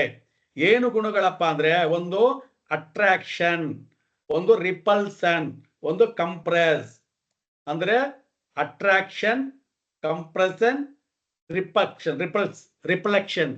ರಿಪಲ್ಸ್ ಮಾಡೋದು. ಆ 3 ಗುಣಗಳನ್ನೇ ನಾವಿವತ್ತು ಏನ್ ಕರಿತೀವಿ? ರಜೋಗುಣ, ತಮೋಗುಣ, ಸಾತ್ವಿಕ ಗುಣ ಅಂತ ಕರೆಯೋದು. ಅರ್ಥವಾಯ್ತಾ? ನೋಡಿ, ಯಾವಾಗ ಈ ತರ ಸ್ಫೋಟಗೊಳ್ತೋ, ಈ ಸ್ಫೋಟಗೊಂಡಾಗ ಈ ಇದ್ರೊಳಗಡೆ 3 ತತ್ವಗಳಿದಾವೆ ಅಂತ ಹೇಳಿದೆ. ಏನೇನು ತತ್ವಗಳಿದಾವೆ? ಆಕರ್ಷಣೆ ಅಂದ್ರೆ ಅಟ್ರಾಕ್ಷನ್. ನೆಕ್ಸ್ಟ್ ಇನ್ನೊಂದು ಯಾವ್ದಿದೆ? ರಿಪಲ್ಸನ, ದೂರ ತಳ್ಳುವಿಕೆ. 3ನೇದು ಯಾವ್ದಿದೆ ಅಂತ ಹೇಳಿದೆ? ಕಂಜಕ್ಷನ್, ಕಂಪ್ರೆಸ್ ಮಾಡೋದು. ಕಂಪ್ರೆಸ್ ಮಾಡೋದು ಅಂದ್ರೆ ರಜೋಗುಣ, ತಮೋಗುಣ, ಸಾತ್ವಿಕ ಗುಣ. ಈ 3 ಗುಣಗಳು ಇರೋದರಿಂದ ಇದೇನಾಯಿತು, ಕಾಲಕ್ರಮೇಣ ಸುತ್ತುತ್ತಾ ಎಷ್ಟೋ ಕೋಟಿ ವರ್ಷಗಳು ಸುತ್ತುತ್ತಾ ಏನಾಯ್ತು, ನೀವು ಒಂದು ಬೇಕಾದ್ರೆ ನೋಡಿ, ಪೇಪರು ಇಲ್ಲ ಯಾವ್ದನ್ನ ಪುಡಿ ಪೇಪರ್ನ ಪುಡಿ ಮಾಡಿ ಒಂದು ಬಾಟ್ಲಲ್ಲಿ ಹಾಕ್ಬಿಟ್ಟು ಅದನ್ನ ಹಿಂಗೇ ಸುತ್ತುತ್ತಾ ಇರಿ. ಸುತ್ತುತ್ತಾ ಇದ್ರೆ ಏನಾಗತ್ತೆ, ನೀವು 100 ಪೀಸ್ ಹಾಕಿದ್ದು ಏನಾಗತ್ತೆ, ಸುತ್ತುತ್ತಾ ಒಂದು 5 ಪೀಸು 15 ಪೀಸ್ ಆಗ್ಬಿಡುತ್ತೆ. ಒಂದಕ್ಕೊಂದು ಸೇರ್ಕೊಂಡು ಅದು ಒಂದು ಗೋಳಾಕಾರವಾಗತ್ತೆ, ಇನ್ನೊಂದು ಗೋಳಾಕಾರವಾಗತ್ತೆ. ಅದರದೇ ಶೇಪು, ಅದರದೇ ಆಕಾರಗಳನ್ನ ಗೋಳಾಕಾರವಾಗಿ ಮಾಡ್ಕೊಂಡು ಬರ್ತಾ ಇರುತ್ತೆ. That is called galaxy. ಬ್ರಹ್ಮಾಂಡದಲ್ಲಿ ಏನೇನಪ್ಪ ಇದೆ ಅಂತ ಹೇಳಿದ್ರೆ, ಮೊದಲು ಬ್ರಹ್ಮಾಂಡ ಸೃಷ್ಟಿ ಆಯ್ತು. ಆಕಾಶ ತತ್ವ, ವಾಯು ತತ್ವ, ಅಗ್ನಿ ತತ್ವ, ಪೃಥ್ವಿ ತತ್ವ, ಜಲತತ್ವ ಇದೆ ಅಂತ ಹೇಳಿದ್ವಿ. ಅದ್ರೊಳಗಡೆ 3 ಗುಣಗಳಿದಾವೆ ಅಂತ ಹೇಳಿದ್ವಿ. ಒಂದು ಅಟ್ರಾಕ್ಷನ್, ಇನ್ನೊಂದು ರಿಪಲ್ಸನ್, ಇನ್ನೊಂದು ಕಂಪ್ರೆಸ್ ಮಾಡ್ತಕ್ಕಂಥ 3 ಗುಣಗಳು. ಆ 3 ಗುಣಗಳಿದ್ದಿದ್ದು ಏನಾಯ್ತು, ಬಿಗ್ ಬ್ಯಾಂಗ್ ಥಿಯರಿ ಇವಾಗ ಬಂತು. ಬಿಗ್ ಬ್ಯಾಂಗ್ ಥಿಯರಿ ಪ್ರಕಾರ ಏನಾಯ್ತು, ಆ ಗಣವಸ್ತು ಸ್ಫೋಟಗೊಳ್ತು. ಎಷ್ಟೋ 1000 ವರ್ಷಗಳ 300 ಕೋಟಿ ವರ್ಷಗಳ ಮುಂದೆ ಅದು ಸ್ಫೋಟಗೊಳ್ತು. ಸ್ಫೋಟಗೊಂಡಾಗ ಏನಾಯ್ತು, ಅನೇಕ ಚೂರುಗಳಾಯ್ತು. ಅನೇಕ ಚೂರುಗಳಾಗಿದ್ದಾಗ ಈ ಒಂದು ಭೂಮಿ ತತ್ವದಲ್ಲಿ ಏನು ಆಕಾಶ ತತ್ವದಲ್ಲಿತ್ತು, ಅಟ್ರಾಕ್ಷನ್ ಮಾಡೋದು, ಕಂಪ್ರೆಸ್ ಮಾಡೋದು, ರಿಪಲ್ಸ್ ಮಾಡೋದು, ಸುತ್ತುತ್ತಾ ಒಂದಕ್ಕೊಂದು ಸೇರ್ಕೊಂಡು ಹೊಸ ಆಕಾರ, ಹೊಸ ರೂಪ, ಹೊಸ ವೈಶಿಷ್ಟ್ಯತೆ, ಹೊಸ ಬಣ್ಣಗಳನ್ನ ಸೃಷ್ಟಿ ಮಾಡ್ತಾ ಹೋಯ್ತು ಬ್ರಹ್ಮಾಂಡ. ಅದನ್ನ ಏನಂತ ಕರೀತಾರೆ, ಗ್ಯಾಲಕ್ಸಿ. ಗ್ಯಾಲಕ್ಸಿ ಅಂತ ಕರೀತಾರೆ. ನವೋಮಂಡಲದ ಬ್ರಹ್ಮಾಂಡದಲ್ಲಿ ಎಷ್ಟು ವಿಧವಾದ ಗ್ಯಾಲಕ್ಸಿಗಳಿದೆಯಪ್ಪ ಅಂದ್ರೆ ಲೆಕ್ಕ ಹಾಕೋದಕ್ಕೆ ಆಗಲ್ವಂತೆ. ಏನು ಈ ನಕ್ಷತ್ರ ಅಂತ ಕರಿತೀವಿ, ನಕ್ಷತ್ರಗಳಲ್ಲ, ನಕ್ಷತ್ರಗಳನ್ನ ಹೋಲುವಂತ ಗ್ಯಾಲಕ್ಸಿಗಳು 1000 ಕೋಟ್ಯಾನುಕೋಟಿ ಇದೆಯಂತೆ. ಒಂದೊಂದು ಗ್ಯಾಲಕ್ಸಿ ಒಳಗಡೆ ಎಷ್ಟು ನಕ್ಷತ್ರ ಇರುತ್ತೆ ಅಂತ ಹೇಳಿದ್ರೆ ಲೆಕ್ಕ ಹಾಕೋದಕ್ಕೆ ಬರಲ್ಲ. ಅದು ಎಷ್ಟು ಗ್ರಹಗಳಿರುತ್ತೆ, ಎಷ್ಟು ನಕ್ಷತ್ರಗಳಿರುತ್ತೆ ಅಂತ ಲೆಕ್ಕ ಹಾಕಕ್ ಬರಲ್ಲ. ಅಷ್ಟೊಂದು ಗ್ಯಾಲಕ್ಸಿಗಳಿದಾವೆ. ಆ ಗ್ಯಾಲಕ್ಸಿ ಒಳಗಡೆ ಇವಾಗ ನಾವಿರ್ತಕ್ಕಂಥ ಗ್ಯಾಲಕ್ಸಿ ಯಾವುದು, ಮಿಲ್ಕಿ ವೇ. ಯಾರು ಹೇಳಿದ್ದು? ನಾಗೇಂದ್ರ. ನೋಡಿ, ಇದು ಮಿಲ್ಕಿ ವೇ ಗ್ಯಾಲಕ್ಸಿ. ಕಾಣ್ತಾ ಇದೆಯಾ? ಬೋರ್ಡ್ ಕಾಣ್ತಾ ಇದೆಯಾ? ನೋಡಿ, ಅದು ಸುತ್ತ ಹೆಂಗ್ ಸುತ್ತ ಇದೆ ನೋಡಿ, ಸುತ್ತ ಆಕಾರ ಕಾಣಿಸ್ತಾ ಇದೆಯಾ ನಿಮಗೆ? ಆ ಸುತ್ತೋದನ್ನ ಹೇಗ್ ಮಾಡಿದ್ದಾರೆ ನೋಡಿ. ನೋಡಿ, ಸುತ್ತುತ್ತಾ ಇದೇನು ಮಾಡ್ತಾ ಇದೆ ಇದು, ಏನೋ ಈ ಸುತ್ತೋದು ಯಾವ ತರ ಸುತ್ತಾ ಇದೆ, ಹಿಂಗ್ ಸುತ್ತುತ್ತಾ ಅಲ್ಲಿ ಮಧ್ಯದಲ್ಲಿ ಏನೋ ಒಂದು ಫಾರ್ಮೇಶನ್ ಆಗ್ತಾ ಇದೆ. ಏನದು ಫಾರ್ಮೇಶನ್ ಆಗ್ತಾ ಇರೋದು? That is called Milky Way Galaxy. ಮಧ್ಯ ಇವಾಗೇನು ನಾವು ಮೇರು ಪರ್ವತ, ಧ್ರುವ ಅಂತ ಕರಿತೀವಿ, ಇದನ್ನೇ ಮಿಲ್ಕಿ ವೇ ಗ್ಯಾಲಕ್ಸಿ ಅಂತ ಕರೆಯೋದು. ಇದು ಯಾವ ಗ್ಯಾಲಕ್ಸಿ? ನಾವಿರುವಂತಹ ಮಿಲ್ಕಿ ವೇ ಗ್ಯಾಲಕ್ಸಿ. ಇದ್ರೊಳಗಡೆನೆ ನಾವಿರೋದು. ಯಾರಿರೋದು? ನಮ್ಮ ಮಿಲ್ಕಿ ವೇ ಗ್ಯಾಲಕ್ಸಿ ಇರೋದು ಇದ್ರೊಳಗಡೆ. ಈ ಮಿಲ್ಕಿ ವೇ ಗ್ಯಾಲಕ್ಸಿ ಒಳಗಡೆ ಯಾವುದೋ ಒಂದು ಕಾರ್ನರ್ ಅಲ್ಲಿ ಮಿಲ್ಕಿ ವೇ ಗ್ಯಾಲಕ್ಸಿ ಹೆಂಗಿರುತ್ತೆ ಅಂತ ನೋಡಿ, ಹಿಂಗಿರುತ್ತೆ. ಇದು ಮಿಲ್ಕಿ ವೇ ಗ್ಯಾಲಕ್ಸಿ. ಈ ಮಿಲ್ಕಿ ವೇ ಗ್ಯಾಲಕ್ಸಿ ಒಳಗಡೆ ಈ ಜಾಗದಲ್ಲಿರೋದು ಮೇರು ಪರ್ವತ. ಮೇರು. ಈ ಮೇರುವಿನ ಒಳಗಡೆ ಇರ್ತಕ್ಕಂಥದ್ದೇ ಸೂರ್ಯ. ಇವಾಗ ಏನು ನಾವು ಸೂರ್ಯ ಮಂಡಲ ಅಂತ ಕರಿತೀವಿ, ಸೂರ್ಯ ಕುಟುಂಬ ಅಂತ ಕರಿತೀವಿ. ಸೊ ಇದು ಇಲ್ಲಿರೋದು ಎಲ್ಲಪ್ಪ ಅಂತಂದ್ರೆ ಇಷ್ಟು ದೊಡ್ಡ ಗ್ಯಾಲಕ್ಸಿ ಒಳಗಡೆ ಯಾವುದೋ ಒಂದು ಮೂಲೆ ಒಳಗಡೆ ಇರ್ತಕ್ಕಂಥದ್ದೇ ಇದು. ಇದನ್ನೇ ಇವಾಗ ನಾವು ಸೂರ್ಯ ಮಂಡಲ ಅಂತ ಕರೆಯೋದು.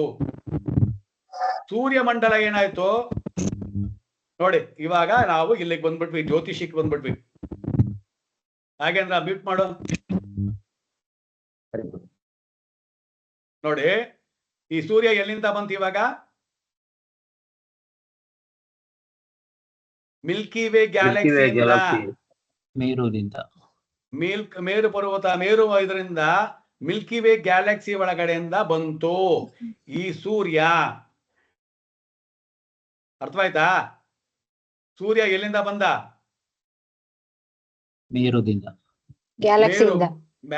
ಗ್ಯಾಲಕ್ಸಿಯಿಂದ. ಗ್ಯಾಲಕ್ಸಿ.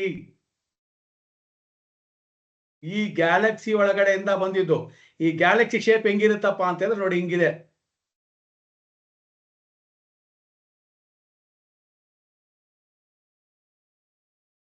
ಈ ಗ್ಯಾಲಕ್ಸಿ ಇರೋದು ಹಿಂಗೆ. ಈ ಗ್ಯಾಲಕ್ಸಿ ಒಳಗಡೆ ಎಲ್ಲೋ ಒಂದು ಸಣ್ಣ ಡಾಟ್ ಇಲ್ಲಿರೋದು ಯಾರೋ ಒಂದು ಮೇರು ಪರ್ವತ. ಈ ಮೇರು ಪರ್ವತದ ಸುತ್ತ ಇರ್ತಕ್ಕಂಥ ಒಂದು ಸೂರ್ಯನೇ ನಾವು ಇವತ್ತು ಮಾತಾಡ್ತಿರೋದು. ಸೂರ್ಯ ಎಷ್ಟು ದೊಡ್ಡವನಪ್ಪ ಅಂದ್ರೆ ಹೇಳಕ್ಕಾಗಲ್ಲ ಅಂತೀವಲ್ಲ, ಇವನೇ ನಮ್ಮ ಇವತ್ತಿನ ಈ ಒಂದು ಸಿದ್ಧಾಂತ, ಸೂರ್ಯ ಸಿದ್ಧಾಂತ. ಏನಿವತ್ತು ನಾವು ಪ್ರಪಂಚದಲ್ಲಿ ಭಗವಾನ್ ಸೂರ್ಯದೇವ ಅಂತ ಪೂಜೆ ಮಾಡ್ತಾ ಇದ್ದೀವಿ, ಆಚರಣೆ ಮಾಡ್ತಿದೀವಿ. ಇವನು ಎಲ್ಲಿಂದ ಬಂದಿದ್ದಾನಪ್ಪ ಅಂತ ಹೇಳಿದ್ರೆ ಬ್ರಹ್ಮಾಂಡದಲ್ಲಿ ಸೃಷ್ಟಿ ಆಗಿರ್ತಕ್ಕಂಥ ಇವಾಗ ನಿಮ್ಗೇನು ಅರ್ಥವಾಗ್ಬೇಕು? ಶ್ರೀಮನ್ ನಾರಾಯಣ ಇದಕ್ಕೆ ಮೂಲ. ಅವನಿಂದ ಬ್ರಹ್ಮ ಸೃಷ್ಟಿಯಾದ, ಬ್ರಹ್ಮನಿಂದ ಪಂಚಭೂತಗಳು ಸೃಷ್ಟಿಯಾಯಿತು. ಪಂಚಭೂತಗಳ ಸೃಷ್ಟಿಯಾದ ಮೇಲೆ ಗಣವಸ್ತು ಯಾವುದೋ ಒಂದು ಕಾರಣದಿಂದ ಸುತ್ತೊತ್ತಡಬೇಕಿಯಿಂದ ಸ್ಫೋಟಗೊಂಡ ಮೇಲೆ ತನ್ನದೇ ಆದಂತ, ತನ್ನನ್ನೇ ಹೋಲುವಂತಹ, ತನಗೆ ಇಷ್ಟವಾಗುವಂತ ಗುಂಪುಗಳನ್ನ ಮಾಡಿಕೊಂಡು ಸುತ್ತಾ ಬಂತು. ಆ ಸುತ್ತಿದ ಗುಂಪುಗಳನ್ನ ನಾವು ಗ್ಯಾಲಕ್ಸಿ ಅಂತ ಕರಿತೀವಿ. ಆ ಗ್ಯಾಲಕ್ಸಿ ಎಷ್ಟಪ್ಪ ಇದೆ ಅಂತ ಹೇಳಿದ್ರೆ ಸಾವಿರಾರು ಕೋಟ್ಯಾನುಕೋಟಿ ಗ್ಯಾಲಕ್ಸಿಗಳಿದಾವೆ. ಆ ಗ್ಯಾಲಕ್ಸಿ ಒಳಗಡೆ ಇವಾಗ ನಾವು ನೋಡ್ತಾ ಇರ್ತಕ್ಕಂಥದ್ದು, ಪಾಠ ಮಾಡ್ತಿರ್ತಕ್ಕಂಥದ್ದು, ಜೀವನ ಮಾಡ್ತಾ ಇರ್ತಕ್ಕಂಥದ್ದು ಯಾವ್ದಪ್ಪ ಅಂದ್ರೆ ಮಿಲ್ಕಿ ವೇ ಗ್ಯಾಲಕ್ಸಿ. ಆ ಮಿಲ್ಕಿ ವೇ ಗ್ಯಾಲಕ್ಸಿ ಒಳಗಡೆ ಯಾವುದೋ ಒಂದು ಸಣ್ಣ ಇದು ಹೇಗಿರ್ಬೇಕಪ್ಪ ಇದು ಅಂತ ಹೇಳಿದ್ರೆ ದೊಡ್ಡ ಕುಂಬಳಕಾಯಿ ಮೇಲೆ ಒಂದು ಸಣ್ಣ ಸಾಸಿವೆ ಇಟ್ಟಾಗೆ, ದೊಡ್ಡ ಕುಂಬಳಕಾಯಿ ಮೇಲೆ ಒಂದು ಸಣ್ಣ ಸಾಸಿವೆ ಕಾಳಿದ್ದಾಗೆ ಇರುತ್ತೆ ಸೂರ್ಯ. ಆ ಸೂರ್ಯನ ಕುಟುಂಬವನ್ನ ನಾವು ನೋಡಿದಾಗ ದೊಡ್ಡ ವಿಸ್ಮಯವಾಗಿ ಕಾಣುತ್ತೆ. ಇದೇ ದೊಡ್ಡ ವಿಸ್ಮಯ ಅಂದ್ರೆ ಇನ್ನ ಮಿಲ್ಕಿ ವೇ ಗ್ಯಾಲಕ್ಸಿ ಹೇಗಿರಬಹುದು, ಬ್ಲಾಕ್ ಹೋಲ್ ಹೇಗಿರಬಹುದು. ಬ್ಲಾಕ್ ಹೋಲ್ ಎನ್ನತಕ್ಕಂಥದ್ದು ಏನಪ್ಪಾ ಅಂತ ಹೇಳಿದ್ರೆ ಅದು ಅಷ್ಟೇ ಹೀಗೆ ಸುತ್ಕೊಂಡಿರುತ್ತೆ. ಈ ಬ್ಲಾಕ್ ಹೋಲ್ ಏನ್ ಮಾಡುತ್ತೆ ಅಂತ ಹೇಳಿದ್ರೆ ಇಂಥ ಮಿಲ್ಕಿ ವೇ ಗ್ಯಾಲಕ್ಸಿ ಏನಿದೆ, ಆ ಮಿಲ್ಕಿ ವೇ ಗ್ಯಾಲಕ್ಸಿ ಅಷ್ಟನ್ನು ತೆಗೆದು ಒಂದೇ ಸಾತಿ ನುಂಗು ಬಿಡೋ ಅಷ್ಟು ತಾಕತ್ತಿದೆ. 100 ಗ್ಯಾಲಕ್ಸಿ ನುಂಗು ಬಿಡುತ್ತಂಥದ್ದು, ನುಂಗುವ ಶಕ್ತಿ ಇದೆ. ಯಾರಿಗೆ? ಈ ಬ್ಲಾಕ್ ಹೋಲ್ಗೆ. ಇದರಲ್ಲಿ ನಂದು ಯಾವ್ದು ಇವಾಗ, ನಿಮ್ದು ಯಾವ್ದು ಇವಾಗ ಹೇಳಿ?